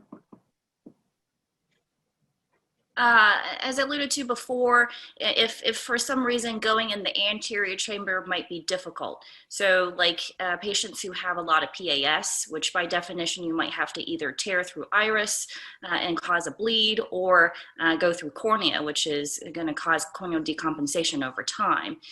So sulcus tubes, I think, are a great option in those cases. And sometimes when it's tricky to go in through the traditional method, you can opt to make a paracentesis 180 degrees away from your intended tube position. So if it's a superior temporal tube, then you enter the AC infranasally with a 1-inch needle, and you're tracking across the AC. Obviously, this would be in a pseudophakic patient. And before you puncture through the sclera with your needle tip, you can gently just tap up on the iris and down on the IOL just to make sure, confirm you're in the sulcus position. And then you make your scleral pass and you exit 2 to 3 millimeters posterior to the limbus. If you want, you can do a slight sweep back and forth with the tip of the needle to enlarge the sclerostomy. And so your tube insertion is easier. Julie, I think you have a similar technique.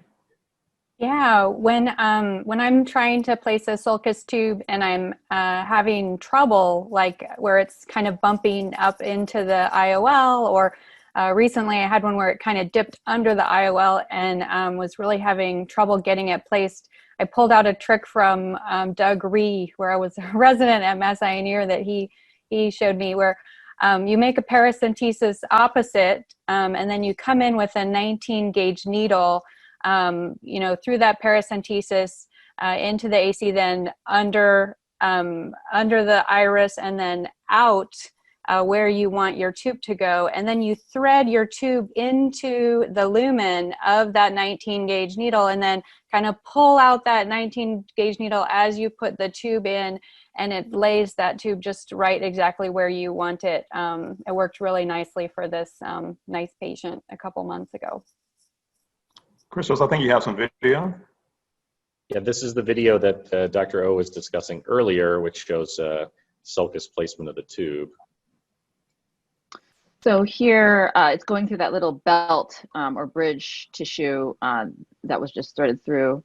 Here marking the tube and then cutting the bevel down, typically when you place tubes in the sulcus, just to avoid iris incarceration. Next, we're going to measure about 3.5 millimeters in this case for sulcus placement. And actually, what's interesting is here we're going to inflate the sulcus with viscoelastic.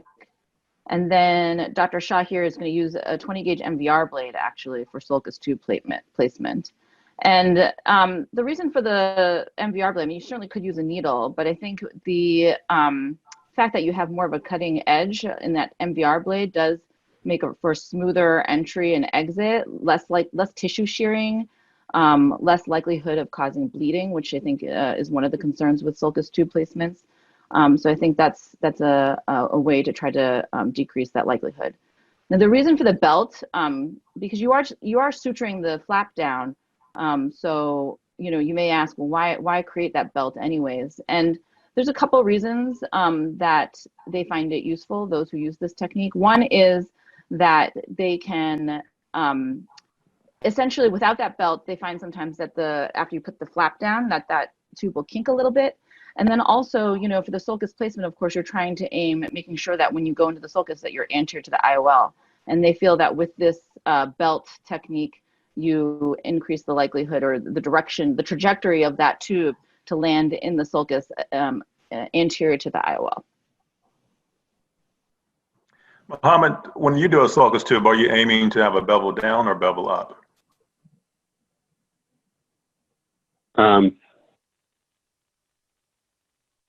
I usually will bevel down just because that's kind of what I was taught. But in general, I think if you're going to go into the pupillary, you know, have it go far enough so you can see through the pupil, I think you can bevel up as well. I have not had any cases where I got iris incarceration with a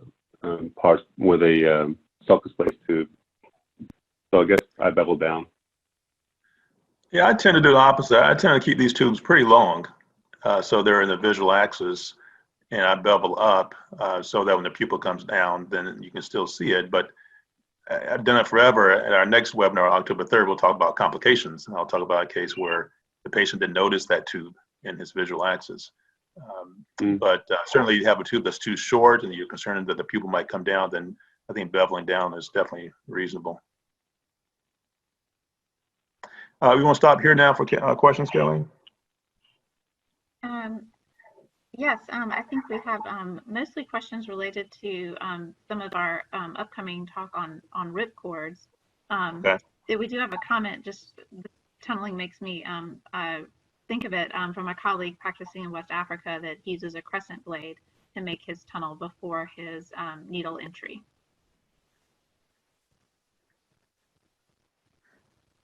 Crescent blade?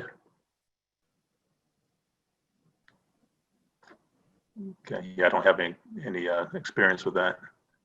I've done it like that before. I've experimented with scleral sleeves, scleral bands, and ultimately ended up with a scleral tunnel with a needle because it's the fastest. I think it all works. I think there are many different various methods described in the literature, and that just goes to show there's no consensus on one best method.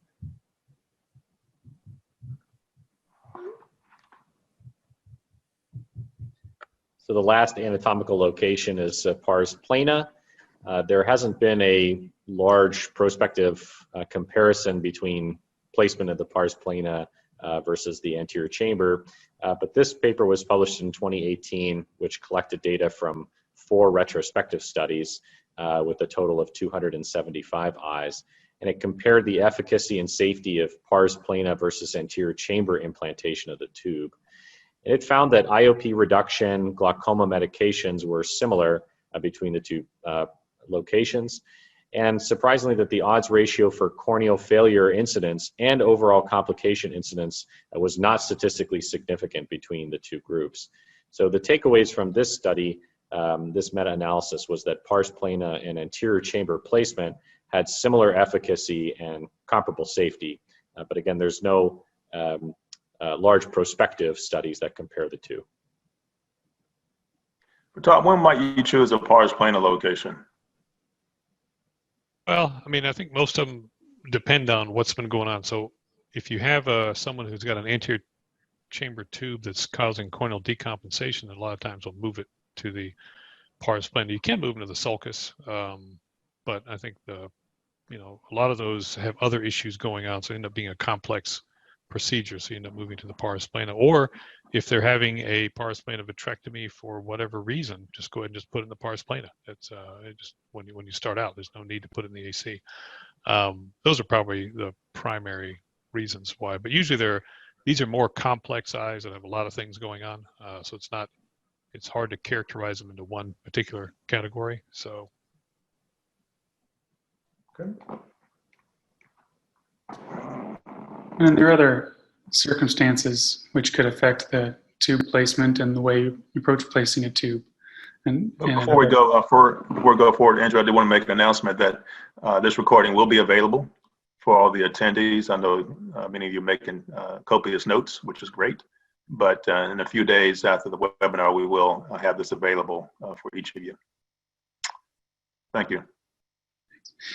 Dr. Ding had mentioned in the very beginning of the talk about preoperative assessment, if the presence of a scleral buckle in its position, and how to think about that in terms of placing a tube or deciding whether to use a modified technique, in particular a modified socket technique, to incorporate the capsule from that scleral buckle into the tube placement for the lab. We have a video of this modified socket technique coming up next. And you see here we're making an entry into the capsule around the scleral buckle. And then we're going to use a nasolacrimal probe attached to a Crawford tube to enter this capsule and to utilize it with our tube placement. So Herb Fector taught me this technique of using Crawford tubing, and the times I might use a socket are those times where you have an anterior buckle. In this case, you can certainly place a barbell or a ClearPath plate on top of the buckle. That's usually my favorite location. But with this particular technique, I've threaded the Crawford tubing, and you can tuck it along the buccal capsule. And then after that, the technique is as per your usual tube. You'll make your needle entry, your sclerostomy, and place the tube in your desired location. But this has worked well in my hands, but haven't had to utilize it often. Has anyone else tried socket tubing or socket tube? In fact, this is probably, if you think about it, this is the largest surface area device there is, because you're theoretically using the whole surface area of the encircling band. I've had mixed results with the newer bands the retina folks are using, those very thin bands. They're not very thick, and I don't know whether it's when you thread it into the band, whether it's just being compressed too much with those really thin bands, or you're not getting great, apposition, or you're getting too much apposition against the edge of the entry part that goes into the band. But I've not been very happy. And I've even cut out little squares and triangles out of the tube, thinking that maybe it's getting collapsed too much at the very end, and still not happy with the thin bands. I think the thin bands I'd be a little cautious in. The older, wider bands, this technique works great in, and you're right, the pressures get quite low in those patients. But with the thinner, skinnier bands, I think it's been harder for me to do this technique effectively. But that may just be my experience. And this is just a diagram of the original socket technique, which involved primary placement of the encircling band, again, for that large surface area in eyes that would have a high risk of failure, and then since been modified to incorporate an existing scleral buckle, as we had just shown in the prior clip. The only thing I would caution with putting in a socket is make sure you search the entire 360 of the band for a sponge. The sponges have a tendency to erode through the conj, and then you end up with hypotony in those patients because now they have a fistula from the band out to the surface. So they have an exposed sponge. Obviously, you don't want to do this technique with that. So I have a question for the panelists. I struggle with this, in patients who have, scleral bands or buckles.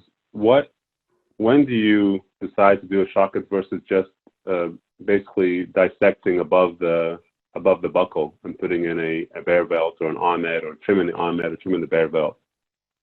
Yeah, Mohammed, if you have a fairly anterior buckle that's wide, those are the ones I might consider a socket. And again, I've done a handful in my career.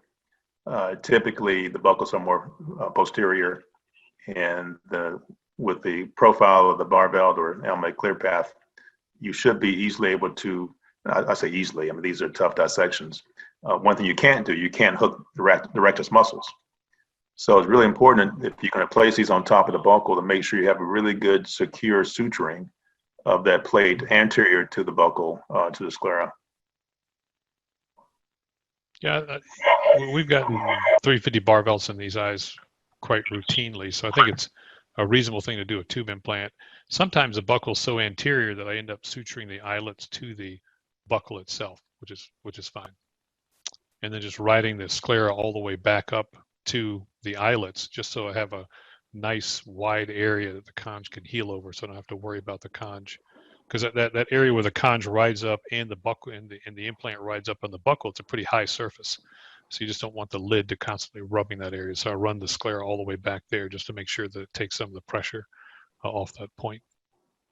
If you have an anterior scleral buckle, would it be reasonable to suture your tube to the band's capsule?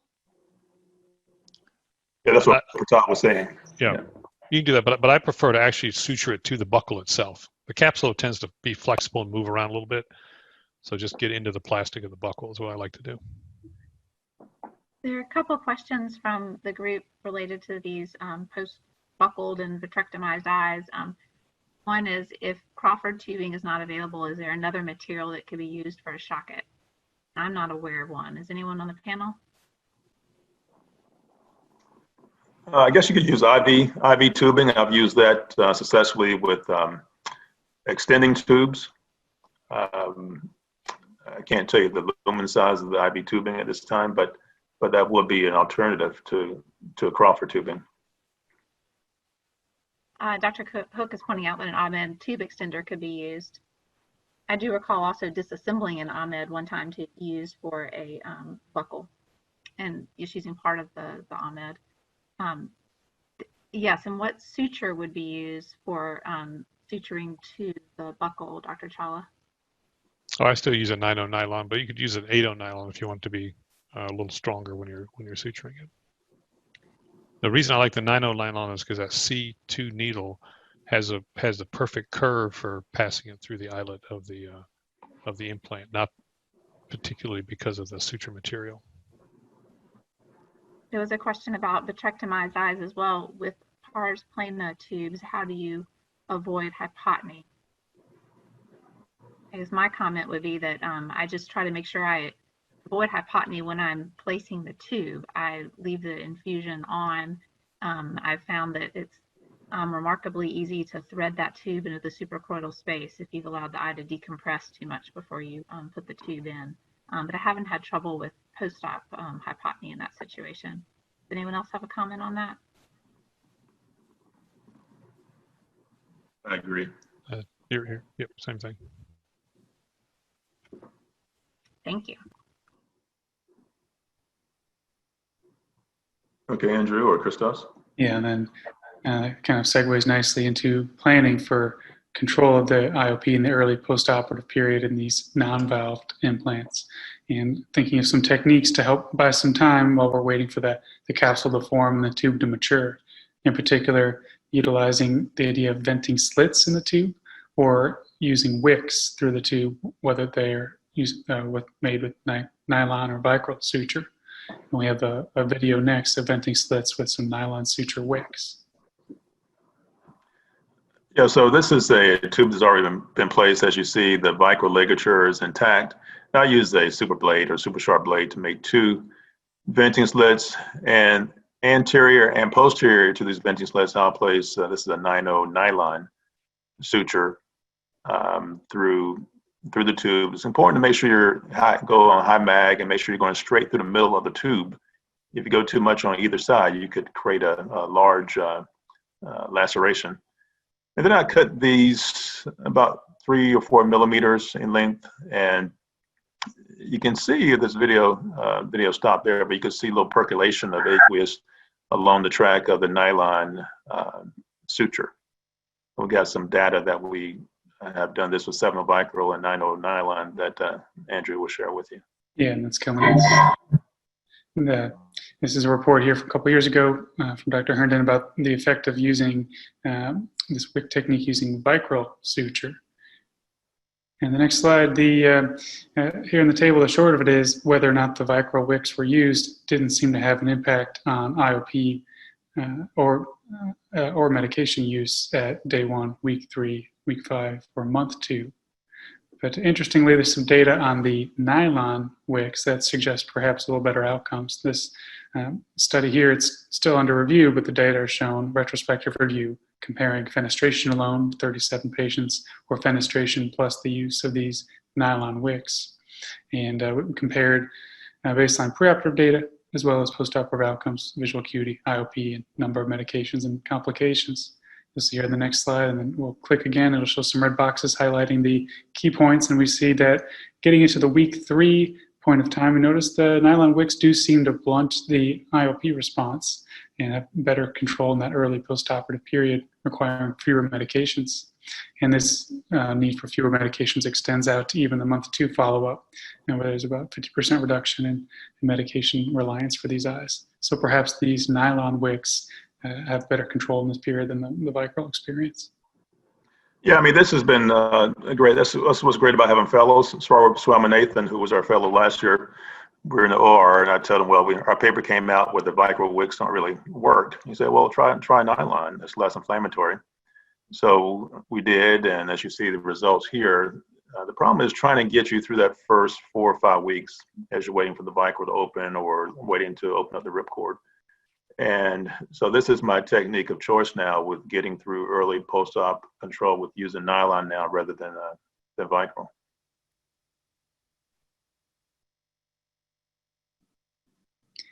So one comment I will make is that I just use a 7 Vicryl needle because the needle's kind of wide, and I try to make 4. Sometimes I'll make an extra 1 or 2, 5 or 6 if I wanted more. But I like to get them behind the scleral patch graft, at least 2 to 3 of them, mainly because that sclera starts to seal down within about 72 hours. You'll dump a lot of fibroblasts in there and they'll start to seal down. So I like to try to get them behind the scleral patch graft. I don't know if that's just anecdotal.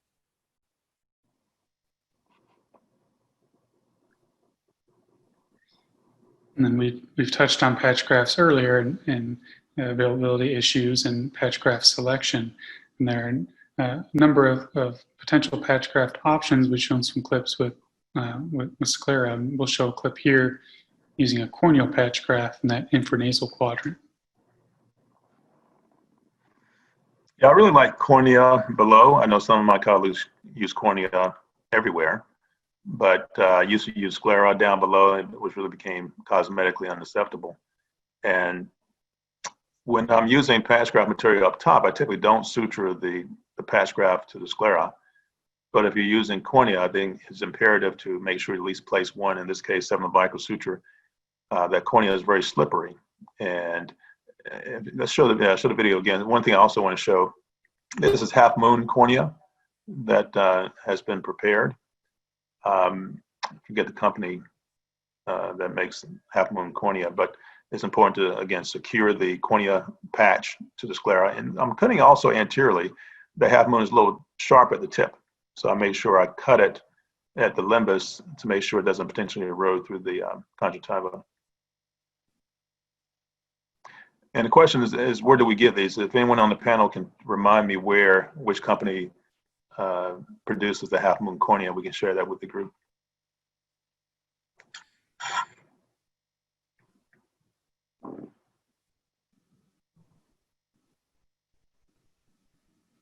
We didn't also mention, Andrew, so I'll use pseudoplast sclera, I'll use pseudoplast pericardium, I'll use cornea. As you see, certainly many of us on the call use eye bank sclera. But when I was using eye bank sclera, I got variable results with the thickness of the eye bank sclera, and the pseudoplast sclera comes the same thickness, the same dimensions every time, and that's been my my patch graft of choice. We talked about the use of glue earlier, glue versus sutures. And we have a video here using glue for the patch graft and conjunctival closure. So the plate was sutured, and this is the use of glue here for the rest of the closure. Yeah, this is compliments of Rob Noriker from Connecticut. I don't use glue. He uses glue for everything, the patch graft, the conjunctival closure. And I think there's some data that Andrew will share with you. He can do the procedure in about 10 minutes without using any sutures. But I did have a couple plates that moved on me, and so I was hesitant to go back to glue. And Dr. Noriker, now, this is fibrin glue, right? Yes, fibrin glue. Yeah, because there are different ones that are available. And the data that Dr. Herndon's alluding to is that the outcomes were similar, suture versus glue, with shorter surgical time for the glue technique. Anybody on the panel using glue?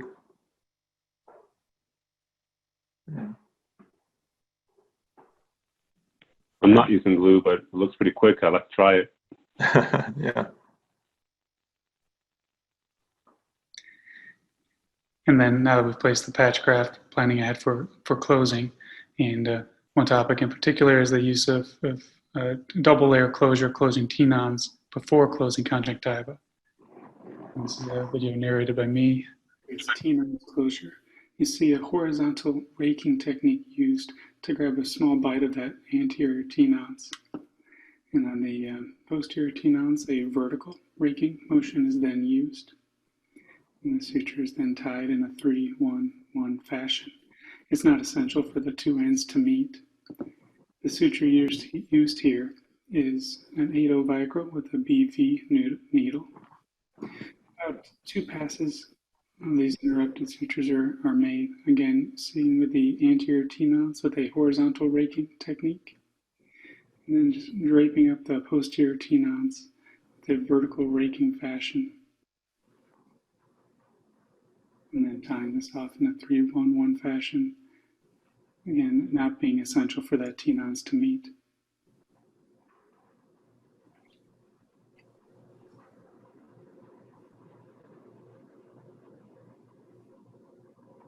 So the goal of the tenons closure is to take the pressure off the conj.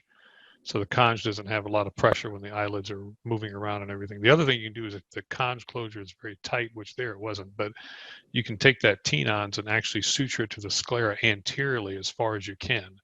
And that'll take the pressure off the conj also when you're closing, and then also later when the patient's looking around.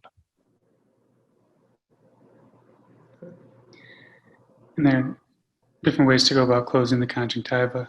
We have a video here of using a running locking suture. And in this, we're using the same 8/0 vicryl and a BV needle. I'm just running that suture all the way down and tying it off at the end. Yeah, the key with this is my fellows always hear me talking about big bites. It's really important to take big bites, especially the conjunctiva. It's kind of friable. That gives you a little more protection running in this. So I run it without, I do 2 interrupteds or 1 interrupted centrally and then run it. I'm taking just conj bites, big conj bites anteriorly and posteriorly. And of course, if incision is made, another option for closure would be use of a wing suture technique. And this is provided by Dr. O here. Yep, so the key part here is to get that level of tautness that you want and taking an episcleral bite at that wing to get the closure and avoidance of any leakage at the limbus. And then in this video, they happen to be showing a interrupted technique. I think you could just as easily run this as well along the sides. Really interesting idea that Dr. O has brought up is the use of mitomycin over the plate of the tube to help with the capsule formation and decreasing fibrosis. There's a video clip here showing this technique. This is after the conjunctiva is closed. So this is the same video that we've been watching, and here the speculum has been removed. I don't always remove the speculum, it depends on exposure, but we're using 0.4 milligram per milliliter mitomycin C, injecting 1 cc as far posterior over the plate that we can, subconjunctivally. This is done intraoperatively at the end of the case. That's the very last step, and then the area is copiously irrigated with BSS. And then we inject mitomycin, same fashion, but in the clinic, at post-op week 1 and post-op month 1. And I've adopted this technique. This is with Ahmed FP7 only, not with the non-valved implants. And the original sort of forerunner of this technique was Dr. George Alvarado at UCSF. He had done a series of patients, which has been published, looking at like weekly mitomycin C or 5-FU injections for 6 weeks. That turned out to have, I think, some issues. So the technique has been modified. Dr. Ying Han at UCSF has done a multi-center RCT, which I think Dr. Williams is going to show some of the data from the AGS abstract. So do you want to talk briefly about Yeah, this? that's right. And that was presented at AGS just this year, showing us the results of this multi-center prospective double mask trial. Interestingly, it's nice that it's placebo-controlled. So mitomycin was injected in half the eyes, and the other half, 50 eyes in each group, received just BSS over the plate. This was done at the time of surgery, as we showed in the clip, and again, at week 1 and month 1 in the clinic, either mitomycin or BSS, depending on the randomized assignment. And the effects show were pretty impressive and kind of about what was expected or hoped to find, that month 1 a significantly lower IOP in the mitomycin group compared to the BSS control, and the number of medications over this 1 year period is lower with the use of mitomycin over the plate. So I'll say also that we have a paper under review. Dr. Claudio Perez from Chile visited UCSF for a year and took this technique home and has looked at his retrospective review of patients that when he switched over to this technique compared to like a cohort prior to switching over to this technique, and shows similar results. I mean, you definitely see a diminishment of the hypertensive phase or blunting of that hypertensive phase that we see with AMID or valved implants. And then also a decrease in medication reduction. This study, at least the 1 year results, as you can see, there's a trend for lower IOP in the mitomycin C group. I would say in my hands and experience, I switched over to this technique because it was resulting in lower IOPs with a decreased drop burden in my patients, not just the hypertensive phase IOP lowering, such that even my non-valved implant use has kind of gone down. How about Yvonne? That's fantastic data. How about as far as need for further glaucoma surgery or further interventions? Yeah, I think they're going to look at this in this trial. Of course, eventually, you're not going to necessarily prevent all tube failures over time. I'll say I inherited some. I do think there's some concern over this use of mitomycin C because it is a repeat injection. I think, seen patients that I inherited from Dr. Alvarado's practice where these patients who have received, for example, 6 injections, the area can become very, very avascular. I don't think my rate of tube exposure, and in fact, the series that Dr. Alvarado published did not show increased risk of blood-associated endophthalmitis. But I think that is certainly something to be concerned about with this additional anti-metabolite use.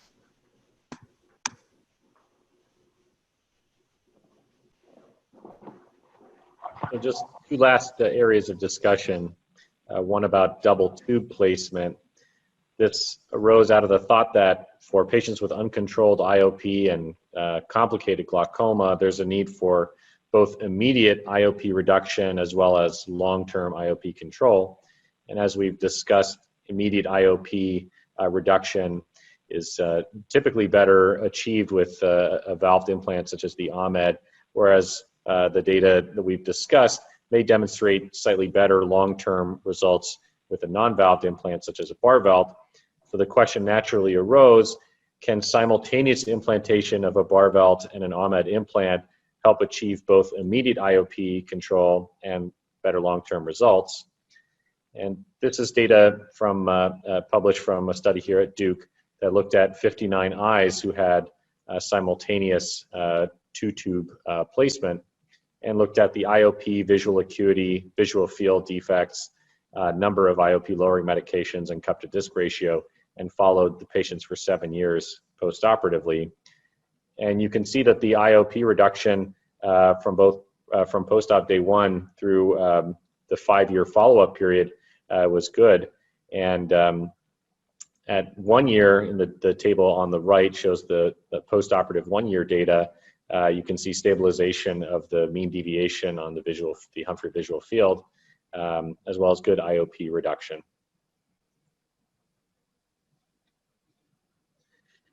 So in terms of post-operative management for non-valved implants, we've talked a little bit about ripcords already, but wanted to just have a brief discussion about timing of ripcord removal. This again is data from a study conducted here at Duke that randomized 81 patients to either a scheduled ripcord removal at post-op week 3 versus observation, and these patients were followed for 6 months. In this study, mean IOP decrease and the success rate was not statistically significant between the two groups. There was a similar rate of total complications in the two groups. There was a lower rate of tube fibrin obstruction that was seen in the scheduled ripcord removal group, and there was a larger decrease in the number of medications. But overall, this paper demonstrated that scheduled ripcord removal had similar overall recovery and a greater decrease in the number of medications compared to observation. Yeah, one thing we found is that you can remove a ripcord as early as 3 weeks. I think the capsule has enough integrity at 3 weeks to remove it, but our protocol called for injecting viscoelastic in the anterior chamber right before you removed it. We would check the pressure right afterwards and check the pressure again 30 minutes later. The thought was that I would have patients prior to the study who would come to the ER 5-6 weeks out from their surgery with suprachoroidal hemorrhages when they're home and straining, what have you. And so I thought maybe we can do something safer by removing it in the clinic at the controlled environment that might lead to fewer complications.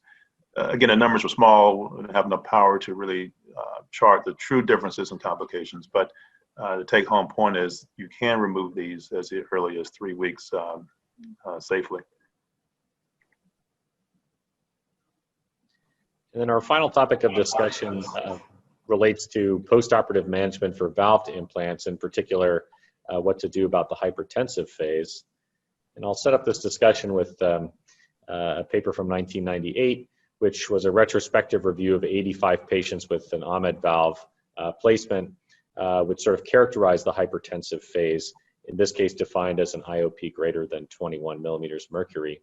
And in this study, 82% of patients were found to have a hypertensive phase, typically 1 to 3 months postoperatively. This is considered to be due to the timing of the capsule formation. In this cohort, 48% of the patients needed additional medications to control the IOP. 20% needed needling or 5-FU injections, and 28% needed secondary surgical intervention. This paper talks about the efficacy of early aqueous suppressant therapy to try to get ahead of that hypertensive phase. This was a study with 52 eyes that randomized patients to aqueous suppression, either for an IOP greater than 10 or for an IOP greater than 17. And while the long-term IOP was similar between the two groups, it did show a reduction in the peak IOP. 15.7 was the peak for aggressive aqueous suppression versus 20.6 for less aggressive aqueous suppression. So the study demonstrated that perhaps early aggressive aqueous suppression could reduce the peak of the hypertensive phase. Yeah, I know our colleague Sanjay Asrani has a protocol where he starts aqueous suppression very early on. I guess some of the fellows who have been with him, Christos and Andrew, he starts at 1 week, post-op week 1? Yeah, that's right. Yeah. Okay. Any other panelists use aqueous suppression with their Ahmeds? I should say, even with the anti-metabolite use, we do use aqueous suppression too. So I don't know what I remember Dr. Asrani talking about this when I was a fellow, but I don't know what his current protocol is. But typically, if I see the IOPs creeping up towards even the low teens, 12, I will start aqueous suppression initially. Yeah, Yes, me I have too. to say, in the same way, I will usually start aqueous suppression once the IOP crosses 10. So 11 or higher, provided, of course, there's no other issues going on, no choroidal effusions that are resolved or anything like that. But I'll usually start aqueous suppression around IOP of 10. It's interesting to see that it has from this one study you showed, that it has no long-term effect, though.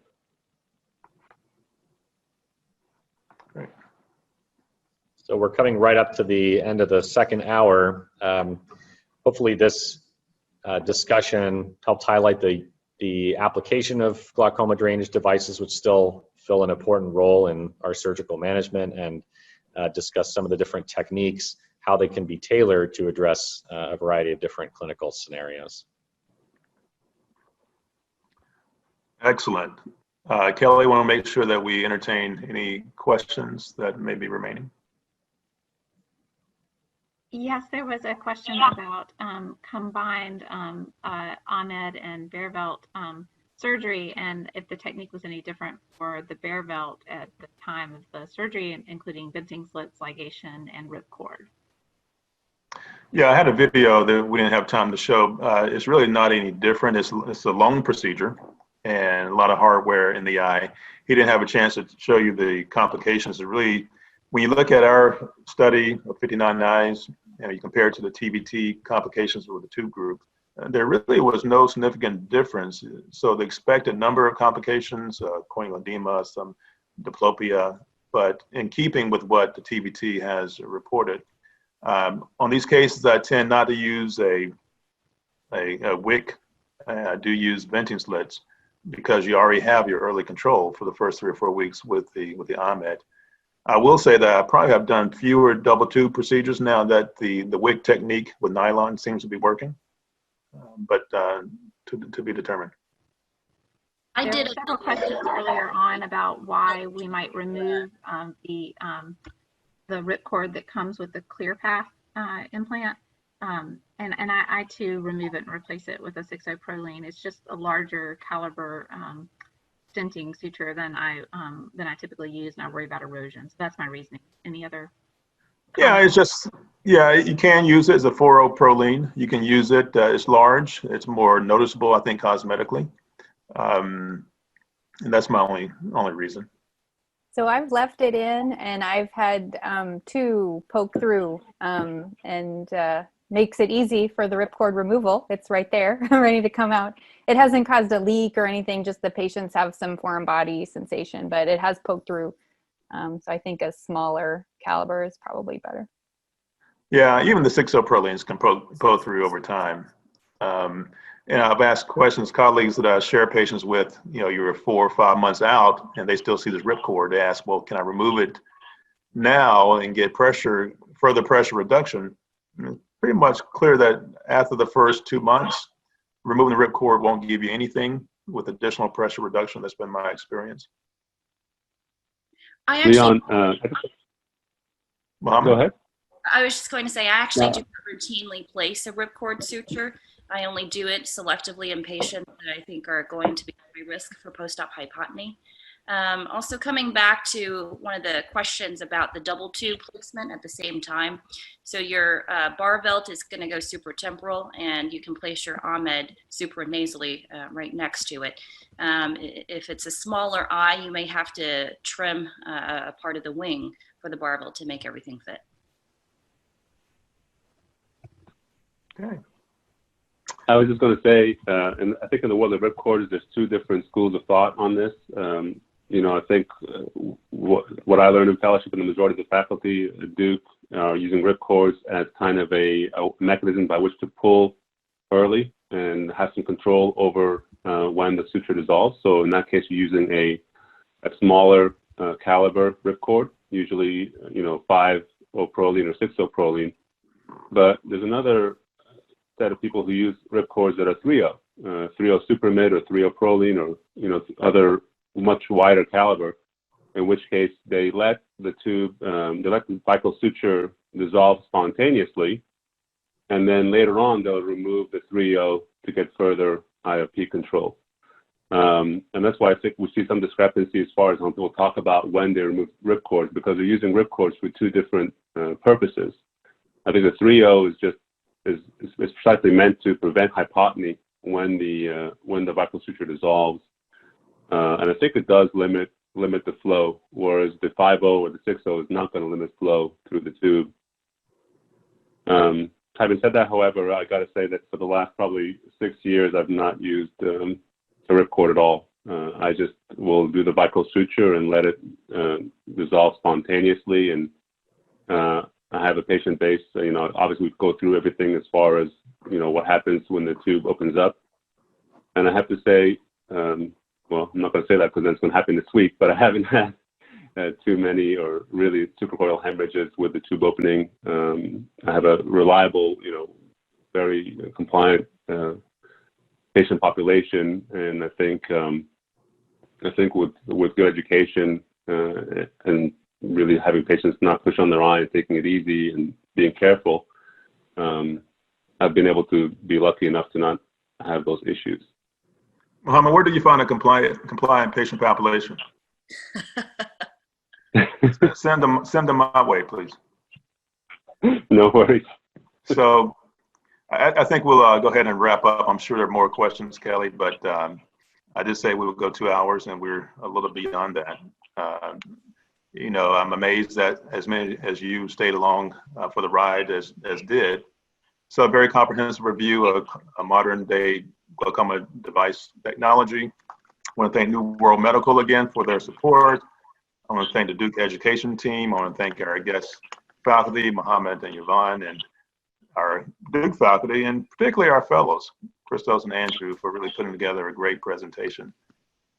We'll tell you that, again, this webinar will be available to each of you, the recording, in a few days.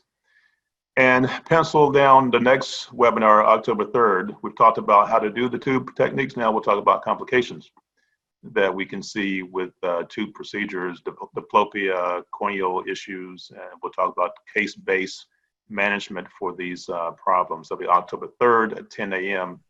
New York time. So I hope that you all will enjoy the rest of your weekend and stay safe.